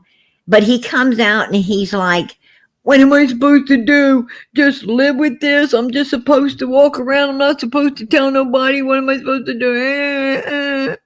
Do you remember that? Put a 1 in the chat if you remember him having a fucking breakdown. Like he really need to spill out something really evil that he's had to keep inside of him. And he just, just got to getting to the point he can't handle it. And everybody's, his daddy and his mommy and all of them's trying to shut him up and keep him quiet and, constantly reminding him, you open your mouth, you're going to prison. You shouldn't have went and, you shouldn't have went and did what what they had you do. You shouldn't have went and did what they had you do. And now if you do tell, you're implicating everybody because they brought her in my home, right? That's what Allison would say. They brought her in my home and they, and they dressed her and they put put makeup on her and everything. And now you're going to implicate your whole family. You're implicating, yourself. You're implicating your mother. You're implicating your sisters. You just got everybody in trouble now. By going out with Candace and Grandis and doing what you did. And, being your mother, I'm trying to protect you, right? That's what Allison's saying. Being your mom, I'm trying to protect you. You need to keep your mouth shut. That's what Allison was saying. Because she didn't, she felt that her son got beguiled by Candace and Grandis, right? Got beguiled to go out there and do something that shouldn't have been done. And mommy's telling him to keep his mouth shut. And, and even daddy's telling him, you keep your mouth shut. I mean, of course, this is probably what a parent's going to do. You love your child. You don't want your child, you don't want to see your child doing life in prison because of 2 old women that took him somewhere and had him do something sinister as to, unlive an innocent child. you feel that they're the ones that should be in prison, but they're not going to be the ones in prison because they had your kid do it. So therefore you're going to feel like you need to protect your child. And that's a hard thing to do. That's a hard thing to do. And Hunter had a real hard time, right? He had a real hard time dealing with all of that. But the more they supported him, and the more they coached him to keep his mouth shut, and the more they put the fear in him that you go ahead and tell your life's done, you're going to prison, you're going to be locked away for good, you ain't going to have freedom. Well, the more they did that, and the older he got, the more he's being able to just shove it behind him and move on. Like, to the point that it's over, I don't care type thing. I truly believe that Summer is no longer with us on those milk jugs.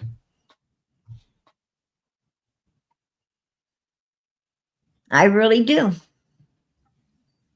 It's just, and to be honest with you,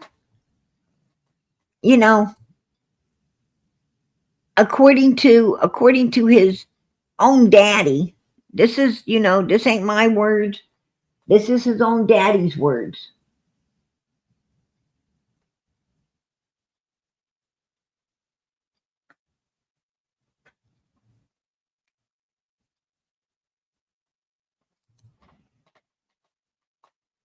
No, he ain't married to her, and he's been lying about the pregnancy. I mean, listen, I'm very upset with him. I got nothing nice to say about him, and every time I talk about him, I get really evil and say some really, really evil things. He played me, PG, hard. He played me hard to the point where I'm taking the fall for this, and it's like, dude, you're not getting it. I'm showing. That's why he's in the system. Is because of his actions. I mean, the whole car thing about him stealing a car with a baby in it. I don't believe none of that. I do believe that he tried to rob somebody for vapes, and that fell through. I mean, the reason why he's in the system is because he's hanging out with the wrong people, doing the wrong shit, and he doesn't listen. Oh yeah. And instead he tried to get more money off the people. It's like, no, bro. And then on top of that, come to find out, dude ain't even his girl ain't even pregnant. So it's all. So that was a lie that I was. Yeah. Yep. She ain't even knocked up at all. So this whole time, dude's been bombarding my whole family for money, this, that, and everything else. It's like, dude, if you're this broke, how'd you get that new tattoo? But I'm saying, how is she How is she over two? How is she a little over $2,000 in the hole on rent when her rent's $915? But here's the thing. Everybody's like, oh well, you gave them a platform. It's your fault. I mean, I'll take blame that I gave them a platform to speak. But I honestly thought I was actually really fucking pissed off and upset about the whole situation. And then I knew what he was. He tried playing this shit in 2018 within the family. The first year he came up here, after 5 years of being missing from my family, from my part of the family, he tried playing that same game between me and my mom. And then, I mean, I found out that he took mom's money, but I didn't think nothing of it, you know, because I didn't hear nothing more about it. And I even told Allison, listen, I understand he's your one and only, but you need to turn him in. And she did. And I'm not trying to put blame, but Allison messed up there and by not turning him in for stealing her money. I mean, I'm raised to where listen, you get one. And right there, Andrew says Allison wouldn't turn Hunter in for stealing her money. Almost $2,000. She had double rent she needed to pay. She'd been saving, working and saving, putting it all together to pay her rent. And he comes along, takes it all, not part of it, all of it, to get tattoos and whatever else. And Allison knows he did this. And she don't want to turn him in. She wants to protect her son. See, Allison was protecting Hunter's evilness. She was protecting his evilness when it came to the swimming hole. In my opinion, she was protecting him in the evilness of, even robbing his own mother, right, out of her money. She was protecting this boy, constantly protecting him. You don't teach your children a damn thing when you protect them. You do not teach your children nothing when you sit around and you aid and abet an evil child and protect them when they're doing evil. What you got to do is you got to step out of the middle of it. You got to let your kids know early on. I mean, when they're little. You know how you take your kid to the grocery store and the next thing you know, they're trying to put a candy bar in their pocket or something. Right then and there is the time to snatch your child and say, what are you doing? That's called stealing. And if you ever do it again, I'm going to have the people call security. And you know what security does? They call law enforcement. And you know what law enforcement does? They come here, pick you up, and they take you downtown. And then, they'll probably put you, in a little baby cell. And I'll come pick you up whenever they decide to let you out. Right? And that's what you need to tell your child. And if your child thinks it's funny and they do it again, well, you need to call the security. And you need to tell security, do whatever you need to do with this kid. Because I done warned it before this. I warned it. Now you need to do what you're going to do. Do you want to call law enforcement? Do you want, to let them take this child downtown? Take the candy bar, the evidence with him? So the judge knows that this is, a candy bar stealing little kid? And I guarantee you put that fear in your kid and let your kid know that you're not going to condone no type of evilness, not even a little candy bar. Your child will not be stealing anything ever again. Your child will understand that it don't pay to be evil and that you are not going to condone it. But you know what? If you let that kid put that candy bar in his pocket, you snigger, you think it's funny, and you half it, you half it with them on the way home, you're just as bad as your child. And when your child ends up like Hunter, blame no one but yourself. You don't condone it. And Allison can blame no one but herself. And that's it. If you go to jail, I'll bail you out once. After that, you're on her rent money right out of her purse.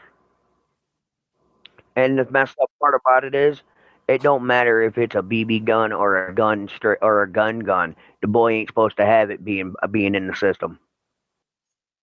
No, well, you can own a BB gun at 16, but your parents are supposed to keep it with a gun lock on it and in a gun safe for you. Nope. Mm-hmm. But listen, you seen the dates on those? You seen the dates on them?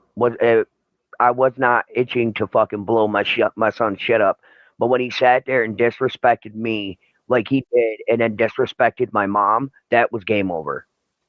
So I mean, he can get mad at me all he wants, but I mean, people are like, "Oh, it's vile for you to disown him and everything else." Well, no, it's the best thing I can do right now is to disown him, because if I don't, I'm gonna be a very evil person. Oh yeah, but here's the thing: if Allison pulls through this, she's gonna find out about all of it, and she's still gonna cuddle him. Oh yeah, dude. They turned around and said, "Oh, don't say nothing about what's going on with Ellie because we don't want the husband to get her money." It don't matter. The husband's entitled to it anyway. This dude had 2 wives in 2 other states on top of Allison. One in California, Allison, and one up here in New York. To some states, it's illegal. There's a couple of them. Not really many. There's a very few states where it is. That's where. Oh, well, that's the thing. I had no plans of fucking.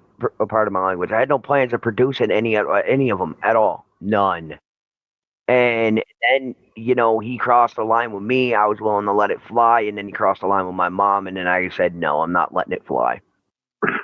Oh yeah, I mean, at 2 years old, he walked up and busted my mother in the face for no reason. Yup, when he was 2 years old, walked up and busted her in the mouth, and that's when I stopped taking him every weekend. I wasn't gonna allow that around. I wasn't gonna allow that in my mother's house because I was living with her at the time. I couldn't have that. I mean, this boy's had issues since day one that I don't talk about. And it's like, I don't want to be that dad, but dude, you're turning me into this person that's gonna throw your whole history under the bus, man. Oh yeah, I mean, the way I think of it is when somebody says that. Oh yeah, and that's what I've done. I'm at that point now to where, you know what, you cross the line. I'm not making no more excuses for you, dude. Deal with it yourself. Oh, he got mad. His Cash App temporarily got shut down because of how much he was getting. Yup. And it was probably that wonderful influence that Drew married. Because he ain't no good either. Oh yeah, and then Toaster's mad at me, and it's like, bro, don't get mad at me. I'm just trying to help my kid. Oh, I just hope the boy's mind gets right. Now, you remember how Leslie died? She was sick, and then she fell, hit her head, and died, right? 2 and 2 equals 4, honey. I understand and I agree, but that also needs to be brought to light. But I'm just not the one tonight. PG, I would ask you ever so nicely. Did you hear that? Did you hear what he said right there? He said 2 and 2 equals 4. He said, do you remember? Do you remember how Leslie passed? She was sick. Allison's sick. Leslie fell, hit her head, didn't ever recover. Allison supposedly fell, hit her head, didn't ever recover. He's insinuating that, his own son took these 2 women out. He's insinuating that his own son, unlived both of these women because both of these women had one common denominator, which was Hunter. And both of them happened to just go out of this world the exact same way. Wow. Yeah, I do find that to be very suspicious. Absolutely. Listen to it again. Yeah, I'm just trying to help my kid. Oh, I just hope the boy's mind gets right. Now, you remember how Leslie died? She was sick, and then she fell, hit her head, and died, right? 2 and 2 equals 4, honey. I understand and I agree, but that also needs to be brought to light. But I'm just not the one tonight. PG, I would ask you ever so nicely with this conversation that we're having before your live, please, for the love of God, bring that up in your live tonight. Because the people need to hear it, but not just from me. And he even asked me to bring it to light, PG, you need to bring it up. You need to tell it. Right? Then he went all batshit crazy. Right? He went all batshit crazy when I did. Right? Go figure. Another freaking Abby Normal, right? Another Abby Normal running around. What the hell? Like YouTube's full of these Abby Normals. Just saying. Yeah.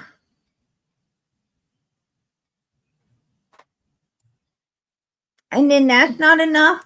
That's not enough. I'm going to bring some more to light. I'm on a roll tonight, baby. I'm on a roll tonight. What was she? Was she crying? No. She didn't shed a tear. No tears. Not one tear. No, she faced me. She wasn't hysterical. She was just calm. She called me on the. They're talking about Candace. They're talking about Candace. Candace is all calm, right? She's all calm. She's not shedding no tears. She's just acting all normal, like it's another day, right? Another day. Why? Because Candace don't give a crap about children anyway. She don't care. She lost, she left 2 in Wisconsin. Actually, 1 that can't ever live a normal life again, right? Because of abuse. And then over in Arkansas, she left 1 laying at a hospital, right? Another one. And then she had 4 in Tennessee that she really didn't want as well. I mean, she abused and neglected the hell up out of them, right? Of course she's going to walk around like it's just another day, because that's what she's used to doing. That's what she's used to doing. I mean, she's got a history of it, a pattern. That's why when you are, investigating a case, if you're investigating a missing child's case, that's why you dig back. You dig back into the history of the people surrounding this child. Because digging back into the past of their history, going back, seeing the character of this person coming down the pike until, to the point the child came up missing, is going to give you a lot of insight on pretty much who done it, right? On who done it. Possibilities. Absolutely. Phone, See I seen her Summer in the face. She car? wasn't crying. When they pulled up, she was. So you saw her. She did. Yeah. Was she alive? She was sleeping, but it was hot out that She day. was sleeping. They had the windows rolled up. It was hot. The windows were rolled up, and I wanted to give her a hug. No and she air said I couldn't conditioning. give her a hug. And she said, I can't give her a hug. The windows are rolled up. When they got to Allison's house, the windows was rolled up. She said, Allison is trying to tell everybody in every way she can that Summer was not Summer wasn't alive when she got to Allison's house. Allison's trying to let everyone know this. Allison wanted Candace. She wanted Candace to, in my opinion, this is my opinion, Allison wanted Candace to pay the price for what happened to Summer on June 15, 2021. Allison wanted Candace found guilty and have to pay the piper for her evil doings. And she was trying to get that done, she was trying to get that done with trying to leave her son out of it, right? Trying to leave Hunter out of it.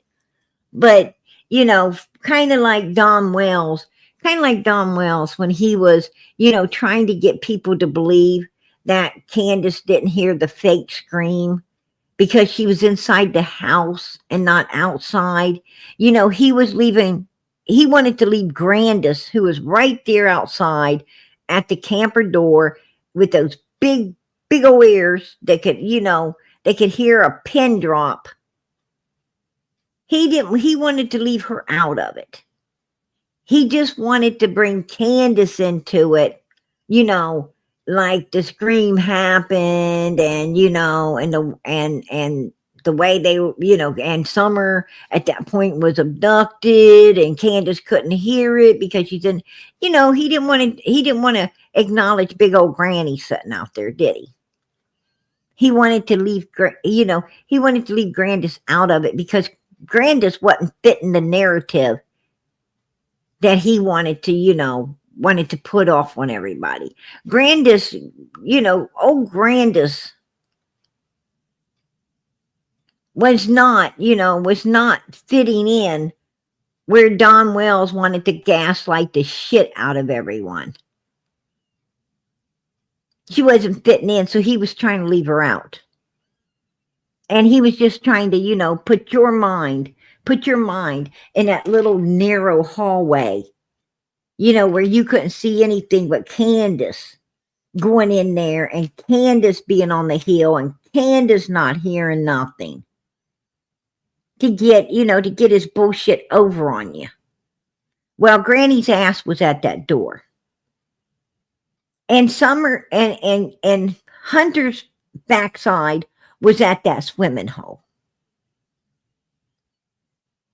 And I'm going to tell you, they all should have paid the price for what went down June the 15th, 2021, in my opinion. They all should have paid the price. If you are evil enough to go out to a swimming hole with two old women and let one of them old women talk you into going into that water and doing something sinister to a child, then you need to pay the price just like the one that sent you out there to do it. Because you could have said no.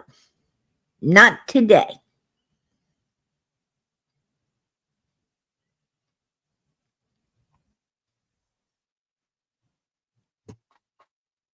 It didn't have to be done. But in my opinion,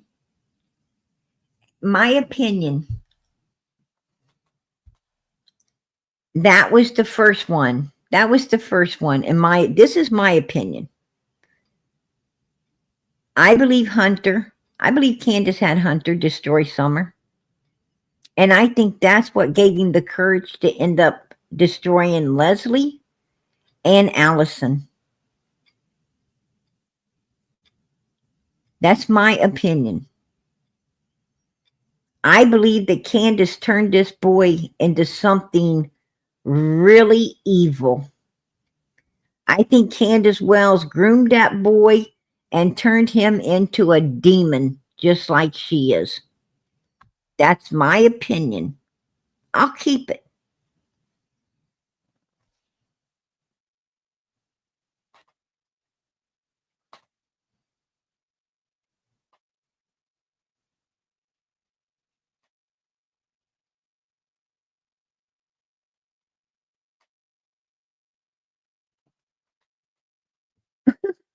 More kids, more food stamps.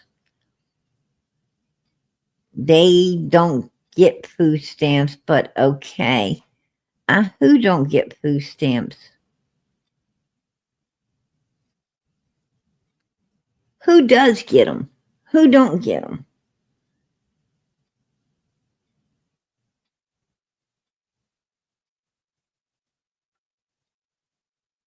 Who's getting stamps? Oh, Don and Candace. They probably was. I wouldn't doubt it. I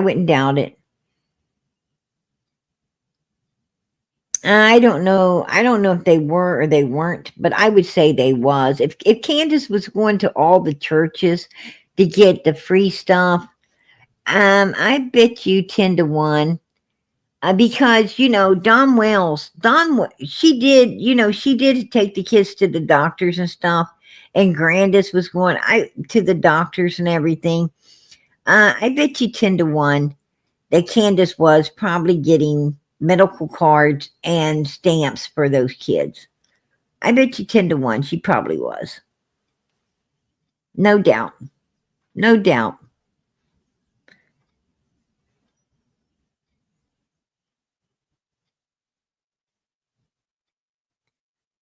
I don't know how true it is, but when it comes to the food stamps, there's a rumor going around. There's some rumor going around that if you do get them, you can't buy soda pop and candy or anything like that with them anymore. I guess you can't buy, certain things with them now. They passed a law, some kind of law that, I guess you got to get only healthy foods or something. I mean, they have restricted the way you can spend them.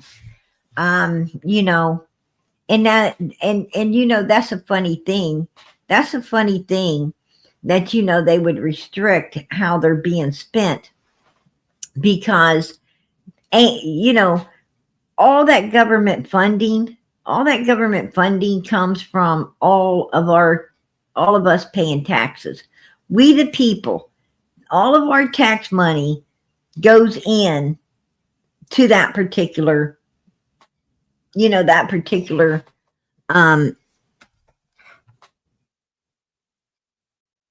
entity, and which is to help keep the underprivileged going, people, low income, to help keep them going. And that's all our tax money going into that, right? That's paying for all of these people to have these stamps and to have this, this extra stuff, because, we don't want our people, our people suffering. So, you're supposed to help. You're supposed to help. I mean, it ain't like money we're going to miss because we have to pay taxes anyway, right?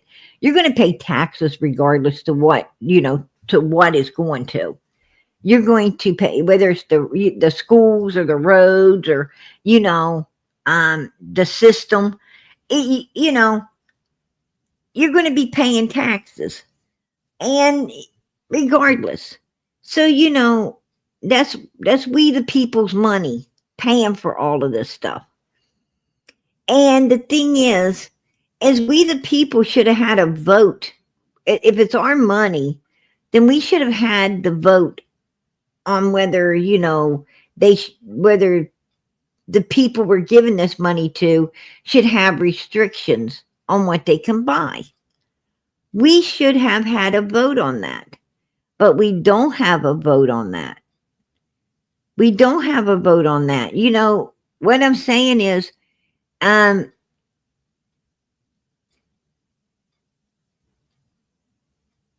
we running our government, or is our government running us? That's what you better ask yourself. Because the last time I checked, we the people own this country, and the government is public servants. They're public servants.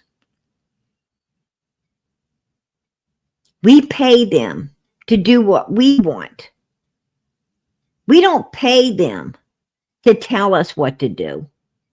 We pay them to do what we want them to do. See, there's a big difference. But it's starting to get where, the reason we started America is because we didn't want to be under someone trying to rule us. We didn't want to be taxed the hell out of. We didn't want to be, to be restrained and rights taken away from us. We wanted to be free. We wanted to be a free country and get out from underneath all that ruling and people trying to control us. And I'm going to tell you something. You better remember that, because people, right now, you seem to be getting controlled. The government's kind of ruling people today, telling you what you can and you can't do. It shouldn't be like this. It shouldn't be like this. You better open your eyes. Bringing these kids home Bringing these missing children home and trying to get justice for them and everything is an important issue. But I'm going to tell you what, keeping your freedom is an important issue too. And if you let the gov take away the freedom of someone else just because it don't apply to you, they'll end up taking what does apply to you away from you as well. And personally, I don't care how people, if people are lucky enough to be able to get some of them stamps because they don't make a couple of dollars too much to get them, if they're lucky enough to, you know, fall and meet the guidelines to where they actually do get a few of them stamps, let them spend them however they want. What is wrong with a child getting some candy? What is wrong with a child having a soda pop? What the hell is wrong with people that they feel they need to control every aspect of somebody else's life? Get a freaking life of their own and control it. The problem with people today is they're too busy with their nose stuck in someone else's backside to know what's going on in their own life. People need to learn how to take care of them again and quit worrying about everybody else. You know, nobody needs somebody else's nose stuck in their door. Right? It's a good way to have to need a Band-Aid, putting your nose in other people's doors. It's just the way it is.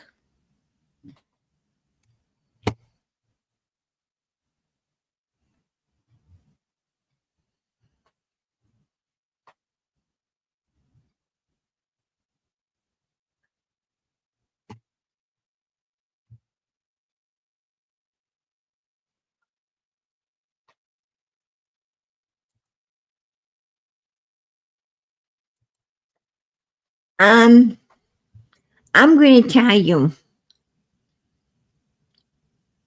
most, you know, I'm not, the Wells kids up there, you know, they say that they didn't get any stamps. Now, I can't say they didn't. They might have. But, you know, they say they didn't get no stamps. Well, that might be why the Wells kids didn't ever have no food, right? They didn't ever have no food. And you say, well, you know, they want these kids to eat healthier. Well, I'm going to tell you, if I look at pictures, I see Summer and them Wells kids mostly eating candy. I see them mostly eating candy, mostly sucking down soda pops. You know, they didn't get healthy food. Maybe if they would have got some stamps, they'd have got some healthy food. Because food would have had to been bought with those stamps. Candy, potato chips, soda pop, regular food would have had to been bought with those stamps. You couldn't buy liquor or cigarettes or, you know, or the stuff that these parents wanted. And maybe there'd have been something in the refrigerator for these kids to eat. Maybe there'd have been some bologna, some bread, right? Some mayonnaise, some hamburger, stuff to make cheese grills. There might have been some food around the house for these kids to get a hold of. It doesn't keep kids from getting junk food because, you know, junk food's pretty cheap. And you know, like you can buy a bag of candy and all the kids can share it. You can buy a bag of chips and all the kids can share it. It's not going to keep these kids from getting junk food. It's going to keep these kids from getting, you know, real food. That's what it's going to do. I don't, you know, I don't care. I don't care what somebody spends their money on. You know, I don't care. I'm not that, you know, I'm not that damn nosy. I mean, people are, you know, if you don't want someone, you know, you better listen to what the Bible says. Do unto others as you would have them do unto you. You don't want other people telling you how to spend what you get. Don't tell other people how to spend what they get. You know, if you don't want nobody ruling your life and telling you what to do, then don't be trying to judge and rule someone else's. That's evil. That's evil. And evil people go to hell. I like to see kids have some candy. I like to see kids, you know, have some snack foods. I like to see kids, you know, to be able to have a soda pop with their pizza. It's a treat.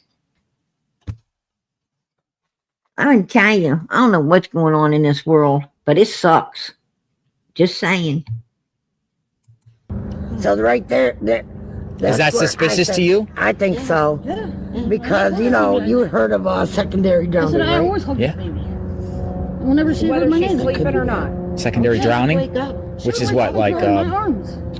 Where you swallow She'd so be much able to water and then hug me later in my on, if you don't arms. get it all or something, you're drowning. I don't know. She So you- loved a lot of outside people that were. She was clinging onto. Did Hunter say like anything was going on in the car? Like did you ask him? Like, was she alive? Was she awake? He wasn't in the right state of mind when he came back, Ellie. Oh, do you hear Grandma? She said he wasn't in the right state of mind when he came back, Allie. He wasn't in the right state of mind, Allie. Yeah, something went down. Even Grandma knows something went down at that swimming hole. Grandma knew it. He wasn't talking. Like, No. I asked him He wasn't talking. He wasn't even talking. how it was. He said, fine. And then I didn't know anything about the alcohol at that time. His girlfriend's mom picked him up about 3:30, 4 o'clock.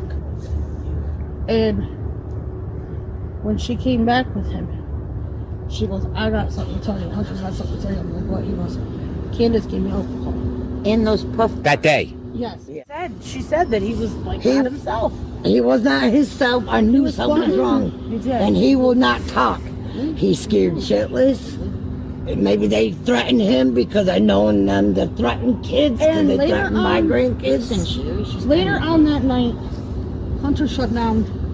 And I didn't even know anything. And he had texted his girlfriend something. Her mom called me. I spazzed. Hunter was not himself. Like, dirty clothes back Oh my God! Even you're almost in tears.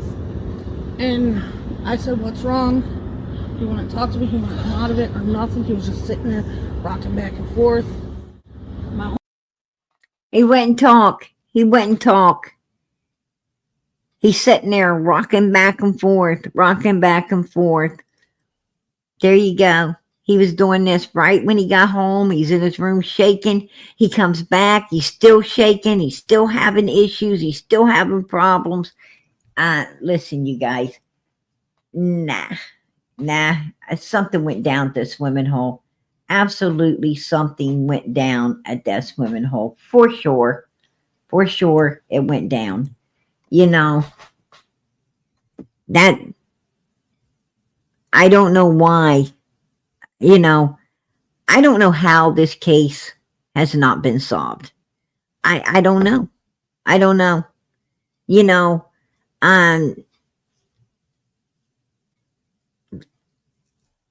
nobody tried to solve it. If anyone would have put the least bit of effort into solving this case, it could have been solved. It could have been solved. Like, right from the get, it could have been solved. I mean, if Candace, Grandis, and Hunter was with Summer, and those pictures look like she possibly wasn't alive, then Hunter should have been pulled in and interrogated. All of them should have been pulled in and they should have been interrogated. And I bet if the law enforcement would have interrogated them, well, we would have knew what happened. I think Hunter at the beginning would have broke. I think he would have told. And I think this case would have been solved. But law enforcement wasn't willing to do what it takes to get it done. That's my opinion. I will keep it. I will keep it. They dropped the ball on this case, and I got to ask myself why. I got to say why. Why did they do this? I don't know. I don't know. I'm telling you, something's really creepy, freaking weird in this case. And personally, my opinion, I think these people, I think this is one big ass occult. I think this was a big old freaking occult full of people. If you ask me, Don Wells says she was sacrificed for his sins. Well, I agree with that. I agree with that. Absolutely. And I'm going to tell you something. It's as plain as the nose on everyone's face. As plain as the nose on everyone's face. Right here. Right here. You don't have to look no farther. The three at the top right there. Donald, Candace, Grandis. They have, they shaved this baby completely bald.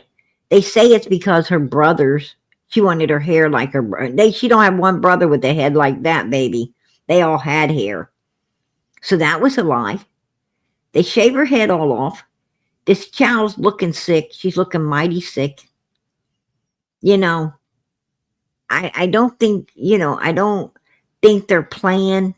They were planning, but I don't think their plan was too solid at the beginning. And that's why they cut all of her hair off, because like Jody Sue said, she had been being sedated so she could be touched. So, there and with Fred Hill, with Fred, Laura's daughter, had, they just getting busted and and the kids' hair getting tested for, substance abuse and stuff. I think that's why, her hair was all cut off when she got sick and they couldn't fix it. That's why the hair's gone. In case they did find her, they didn't want, hair to be there to find that, she'd been being sedated. So they shaved all of her hair off. And, they was plotting against this 5-year-old kid the day that they shaved her head, in my opinion.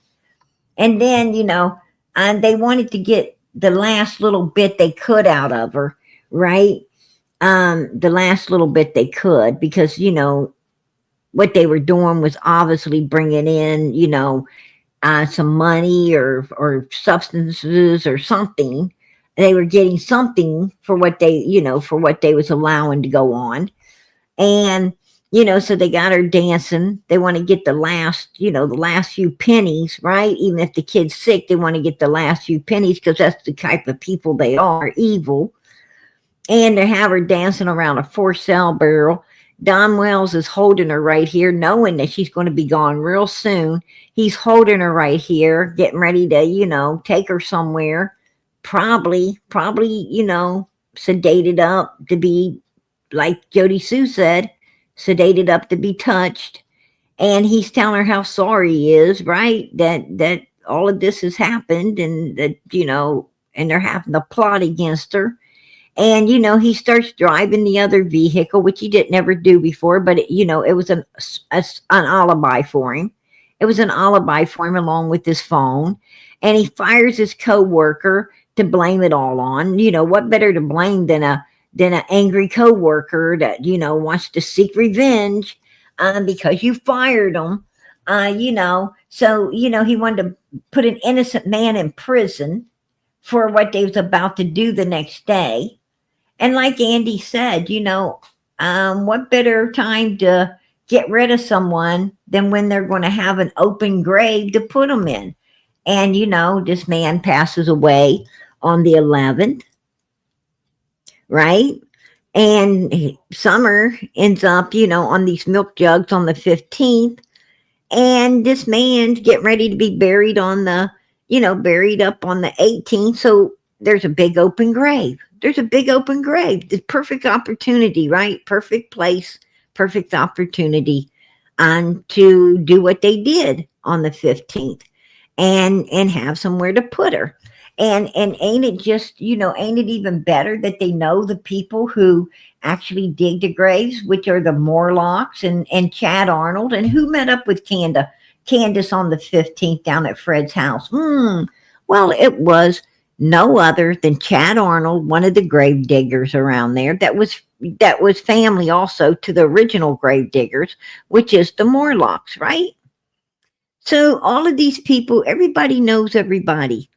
And they can get stuff done, if everything's, the price is right, and they can get stuff done. And I'm sure it probably was because, Summer had to be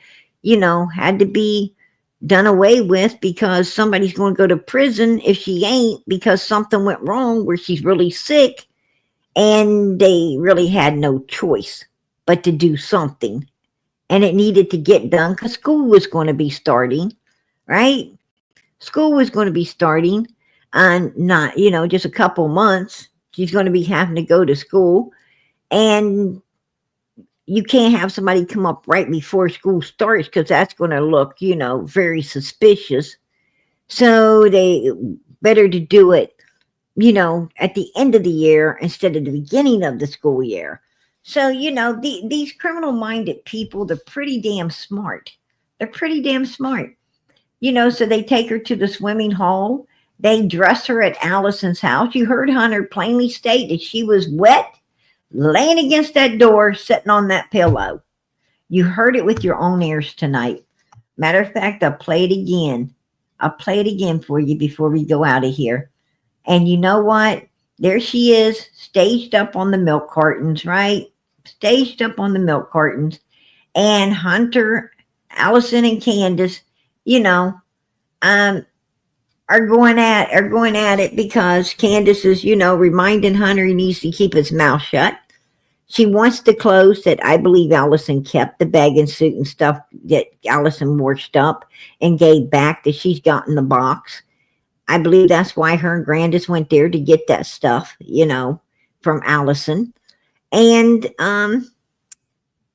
that's just the way it went. Just the way it went. And then, here they come taking, their big video of Summer back there on the milk jugs, trying to lie and say she had her hands up over her head when there's no way she could have, because the milk jug had her arm pinned in. There's no way she could have raised it because she was pinned in to keep from raising it, because that's how they staged her up, to keep her, still while they're driving, so she just don't fall forward. And, and they lied about that. They made the video, just to prove that they were close to home, like they got, nothing happened, between the swimming hole and home. So that, like they're returning to Ben Hill so they can pull the abduction bullshit. And that's my opinion.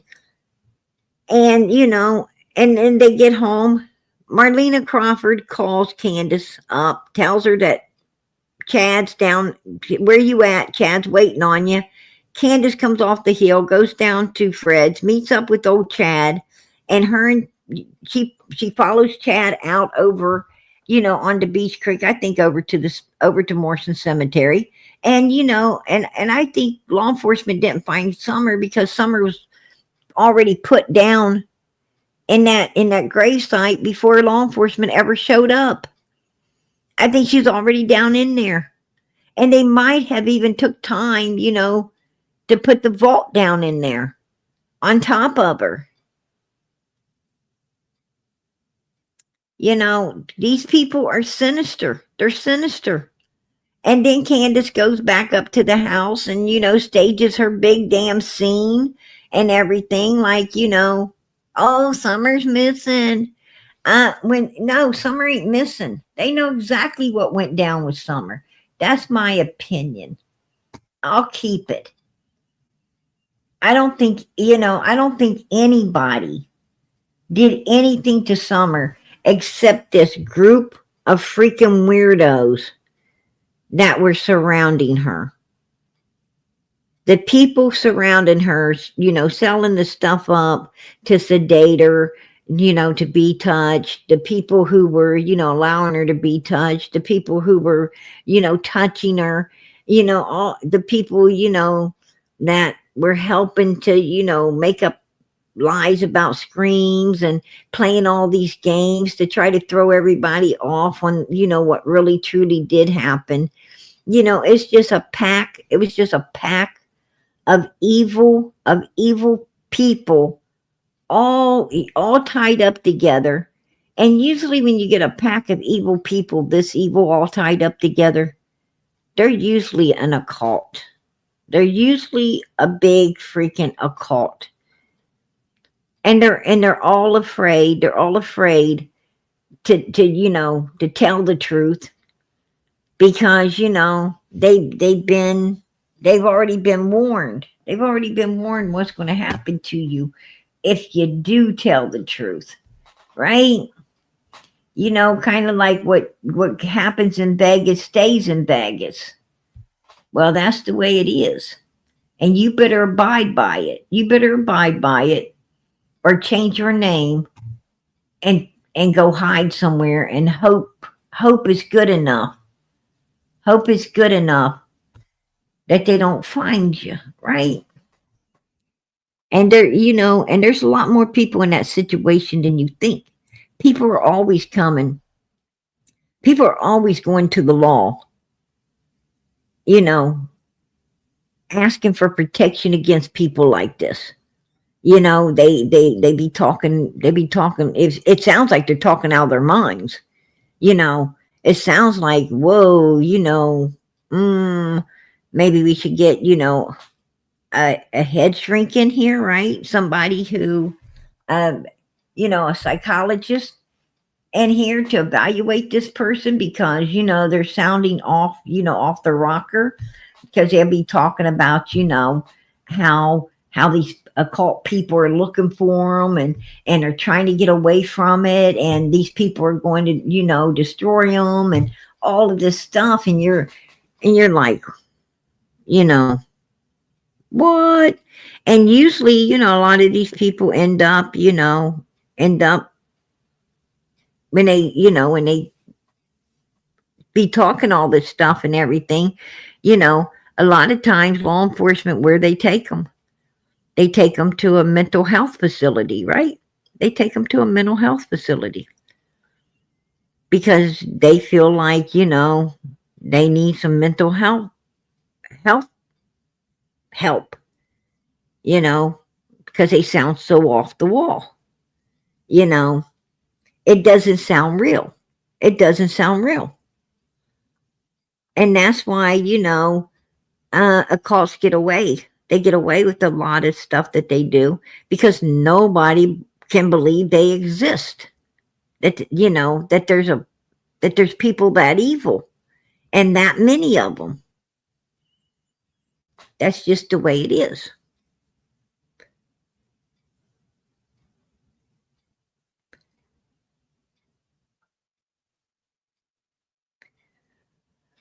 I'm going to tell you, well, the problem is, as people, the reason people don't talk for reward money is because everybody makes people feel they're not going to get it anyway. What you don't understand is there's a lot of people jealous. There's a lot of people in this world hate to see anyone get anything. They hate to see anybody get a dime. Oh, they love it when people give to them, but they hate to see someone give to anyone else. If it ain't going to be them, they don't want nobody getting nothing. There's some real sick human beings in this world. Some real evil creatures, that just are ate up with jealousy, hatred, and envy. And want to see nobody get nothing. If they don't get it, then they can't be happy for anyone else. You know, a lot of people, a lot of people will tell you, oh, don't give to, to feed the poor, because tons of people give to it and they just like, take the money and they don't really help the poor, because they don't want to see that particular, they don't want to see nobody getting money but them. They don't care about the poor. They're like, don't give your money to help feed the poor. Give it to me. Help me. Do stuff for me. Don't help, Shriners Hospital that helps children, Don't help, the places that don't feed the Jews. Don't, they got tons of money. They're supposed to be rich and this and that. They don't want to help nobody. They just want to be helped. There is really evil people out there. And these people, like when a reward's up for a child, well, you ain't going to get it anyway, because they don't ever pay out rewards, because they don't want you to talk if you know something. They don't want to see you get that money. If they can't get it, they don't want no one else getting it. And I'll tell you another little secret. Even if no one could get the money, why the hell are you telling them that? If you really care about these missing kids, why don't you support telling people, why don't you support, gaslighting a person? Even if you knew nobody was going to get it, why don't you gaslight people to believe they are, so that they will talk and let that child be found? Why ain't you smart enough to do that? Why are these evil people not smart enough to just do that? Let the child be found. Let them believe a lie and be damned if it'll find a child and bring it home and get justice for it. Let them believe it. It's like they don't want Summer found. Oh, you're not going to get the reward, so why are you going to talk? Who the fuck does that? I'm going to tell you, there's some real evil creatures in this world. Or real stupid. I don't know which. But it amazes me. Humans amaze me. I sit back in awe that they can be so evil and mean and cruel.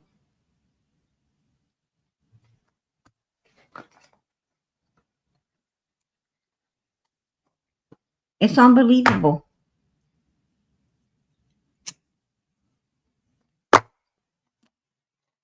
To be honest, it makes me sick to my fucking stomach.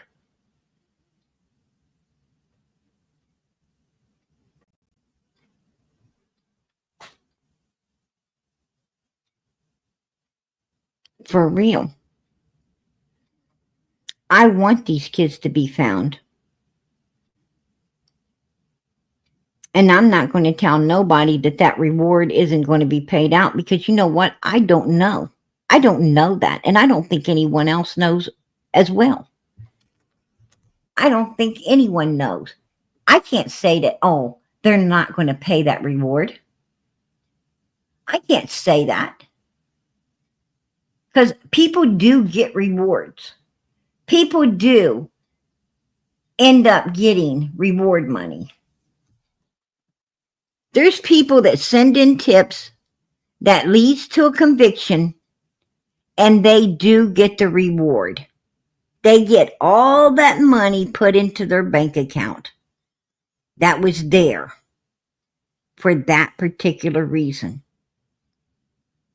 People get that rewards all the time when they have the knowledge that leads to a conviction.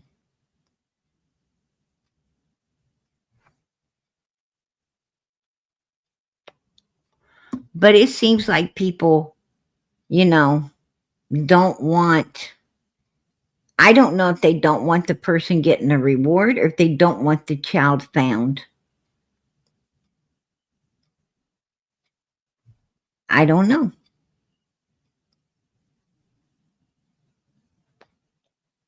Either way it goes, it's wrong and it's evil. And the thing is these evil people, they tell us that they're out here to support these babies. That they're out here because they care. No, you don't. You don't care when you tell people that they ain't going to be getting no reward. You don't care.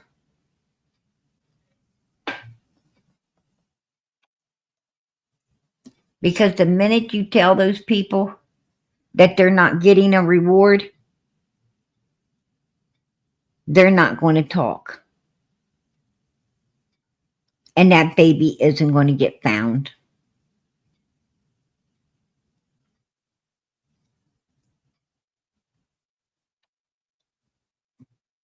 I'm going to tell you, I think we all know that the seed of doubt is a lot more powerful than the seed of success. When you put doubt in people, it keeps them from succeeding. Once you plant that doubt in a person, letting them, think that they're not going to succeed, they usually don't. It's too hard. It's too hard to come back from that. And that's why a lot of people didn't live life to their fullest potential, because they had people around them that didn't want to see them succeed. They constantly telling them that they wasn't going to succeed, constantly beating them down instead of building them up.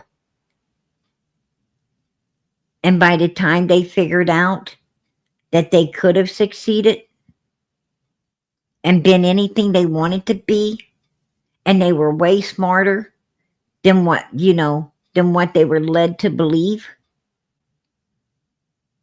well, they're too fucking old to succeed then. They done lived a life of always being down on themselves.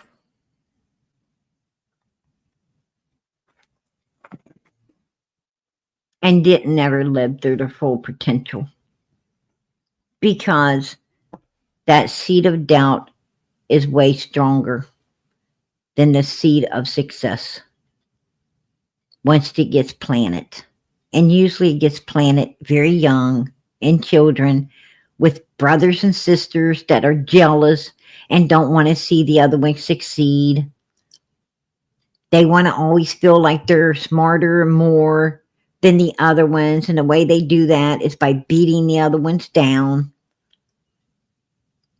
and making herself feel like they're on a pedestal.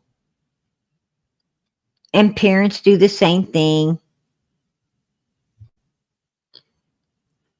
Parents will sit there, because they didn't ever succeed and become something, they'll sit there and beat their kids down as if they're not going to ever be anything either. And once you start believing that shit, it holds you back. And that's just the way it is.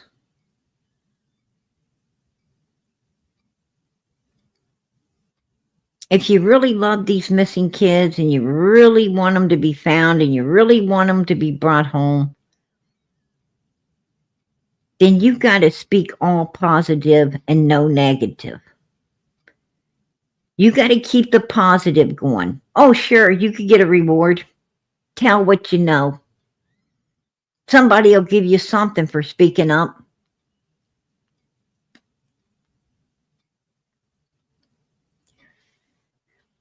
And they probably will. I'm going to tell you something. I'm going to tell you right now.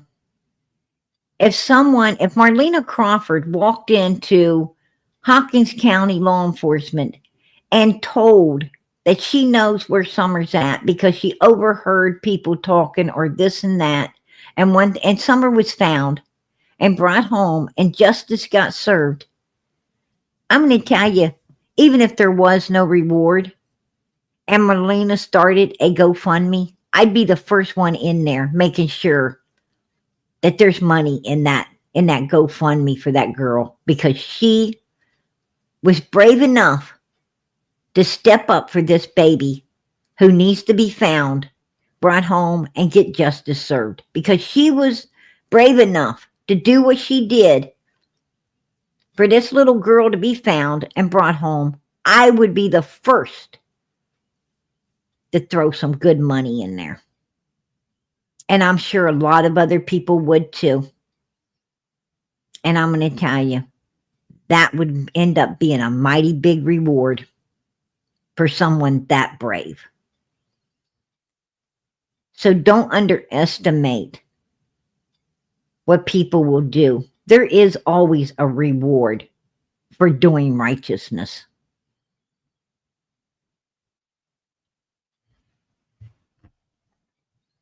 Trust and believe that.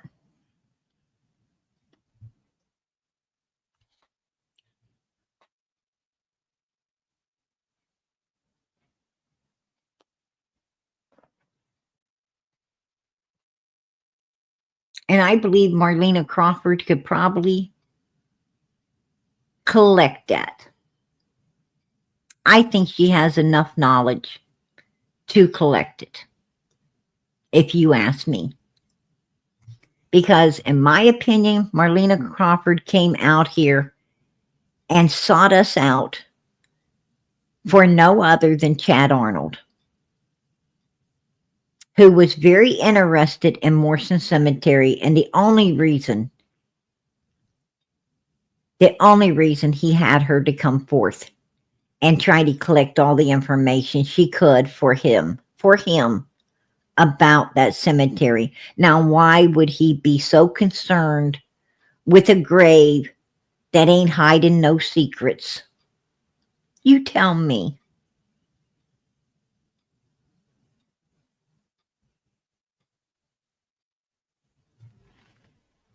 You tell me.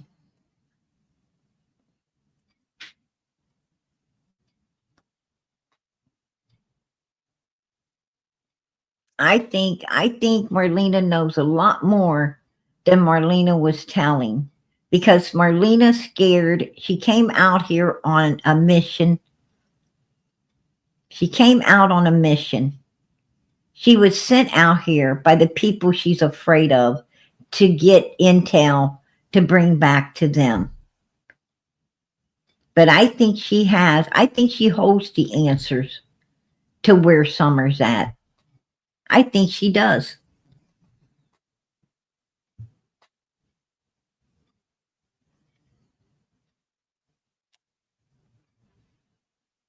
And that's the truth, if she'd only tell. I'm just, and I think she would. I think she would have. If people wouldn't have been hollering, there's no reward, there's no reward. I told Marlena there was money. There was money. There was a lot of people got their money back, and they promised to give it if Summer was found. And that's true. The man that took his money back said it was still up for whoever came forth and brought Summer home. He said that. I remember. I'm going to tell you, I don't forget nothing. I don't forget anything.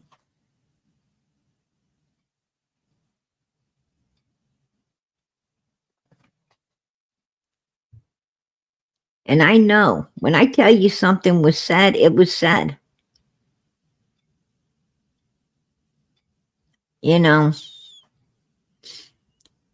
Who would I ever fear so much that I defy my own God? I tell you who. No damn body. Nobody. I said it from day one. I didn't come out here to make friends. I came out here to help find a 5-year-old missing child that needs to be found, brought home, and justice served. I said from day one, Summer is the topic. The goal is to find her, bring her home, and get justice for her. To keep her in the spotlight and let people know she's missing, and to do all we could do to help her be found and justice served. And I think I've held to that. I think I've held to it. Put a 1 in the chat if you feel I have held to what I said. I told people that I can take no glory for any of the things we do out here because it's all glory to God. God started this channel, not PG. I'm just a vessel that got put up here to speak on behalf of these missing children. And I've always said that as well. Yeah, I might be a different type of Christian than people are used to. The type that ain't going to let nobody run me over because I am a Christian. One that ain't going to put up with nobody's shit because I'm one. One that ain't going to stand back and just take people's abuse because I don't have to, and I'm not going to. God didn't give me a suit of armor to stand in the corner and let evil overtake me. That'll be a cold day in hell.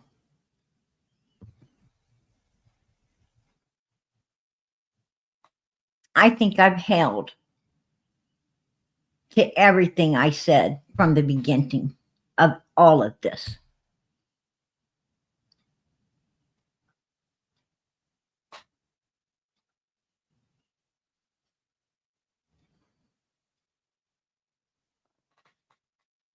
And I brought all the truth to the table. And I've worked my ass off to do everything I've done.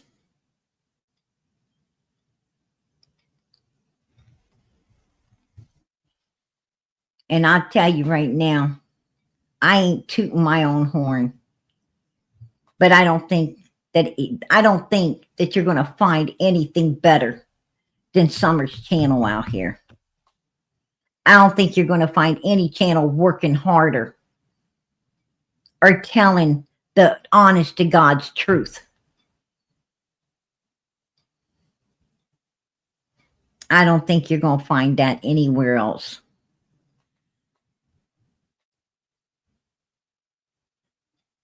And I'm going to tell you guys something. I feel very blessed to be allowed to be a part of this channel. I thank God every day. I thank Him every day for giving these kids a channel like this one that really works to do righteousness for these missing kids.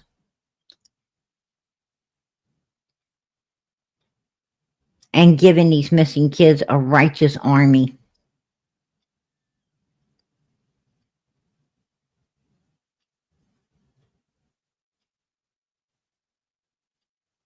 That loves and cares and wants these children found, brought home, and justice served as much as I do. I feel very blessed.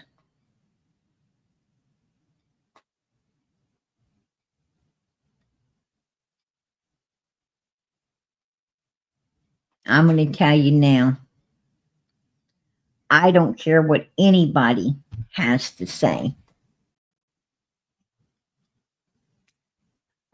I don't think anyone done anything to Summer other than the evil bastards that were surrounding her. And that's the truth. That's my opinion. I'll keep it. But I don't think you need to look any farther than the evil pieces of shit that were around this child. The ones that she trusted the most. And you know what? That's a damn shame.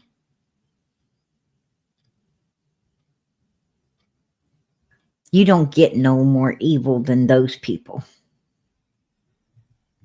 You don't get no more evil than that.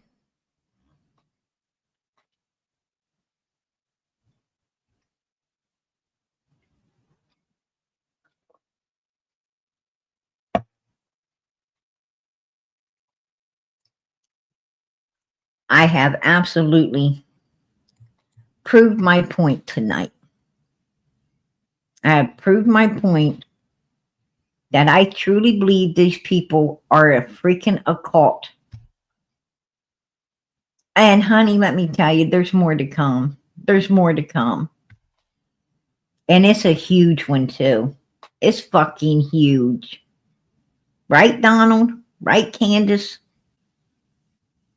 You're so damn evil you go hide up in that church because you knew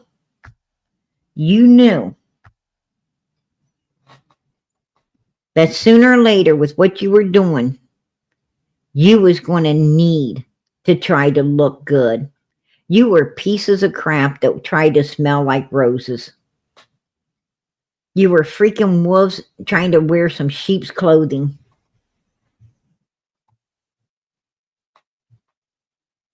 God knows what you are. And I know what you are. And that's all that matters to me.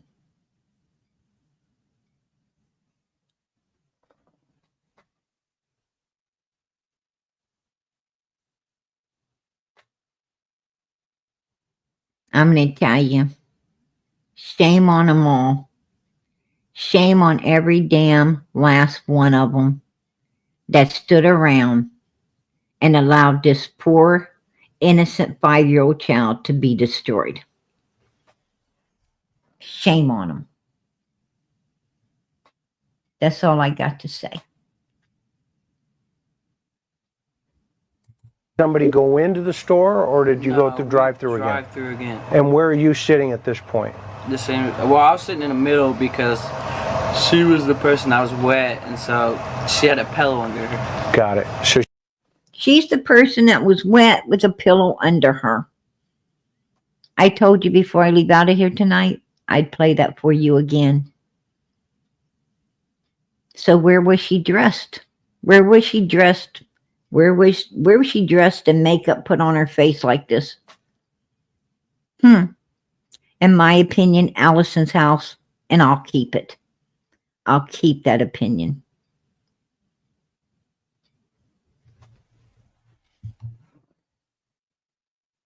I'll keep that opinion, you guys. Absolutely. I'm going to tell you right now. It's sad. It's sad. It's sad that that child had the mother freaking have Crunchball for a mother, right? It's sad that she had to be like little Matilda with Crunchball coming at her all the time. That's all I got to say. And I'm going to tell you something. Take a look at it. Take a look at it. Because, honey, let me tell you, I see a striking resemblance right there. Right? Striking. I'm going to say good night. But not before I asked you to pray for Summer Moon, Utah Wells. Keep those prayers going up, you guys. 370 some people in here right now. I'm going to tell you, whether you like me or you don't, I'm asking you to pray for Summer. I ain't asking you to pray for PG. I'm asking you to pray for this little girl. I'm asking you to let God hear your voice. I'm asking you to fold your hands, bow your head, and ask God through his son, Jesus Christ, to let this little girl be found, brought home, and justice served.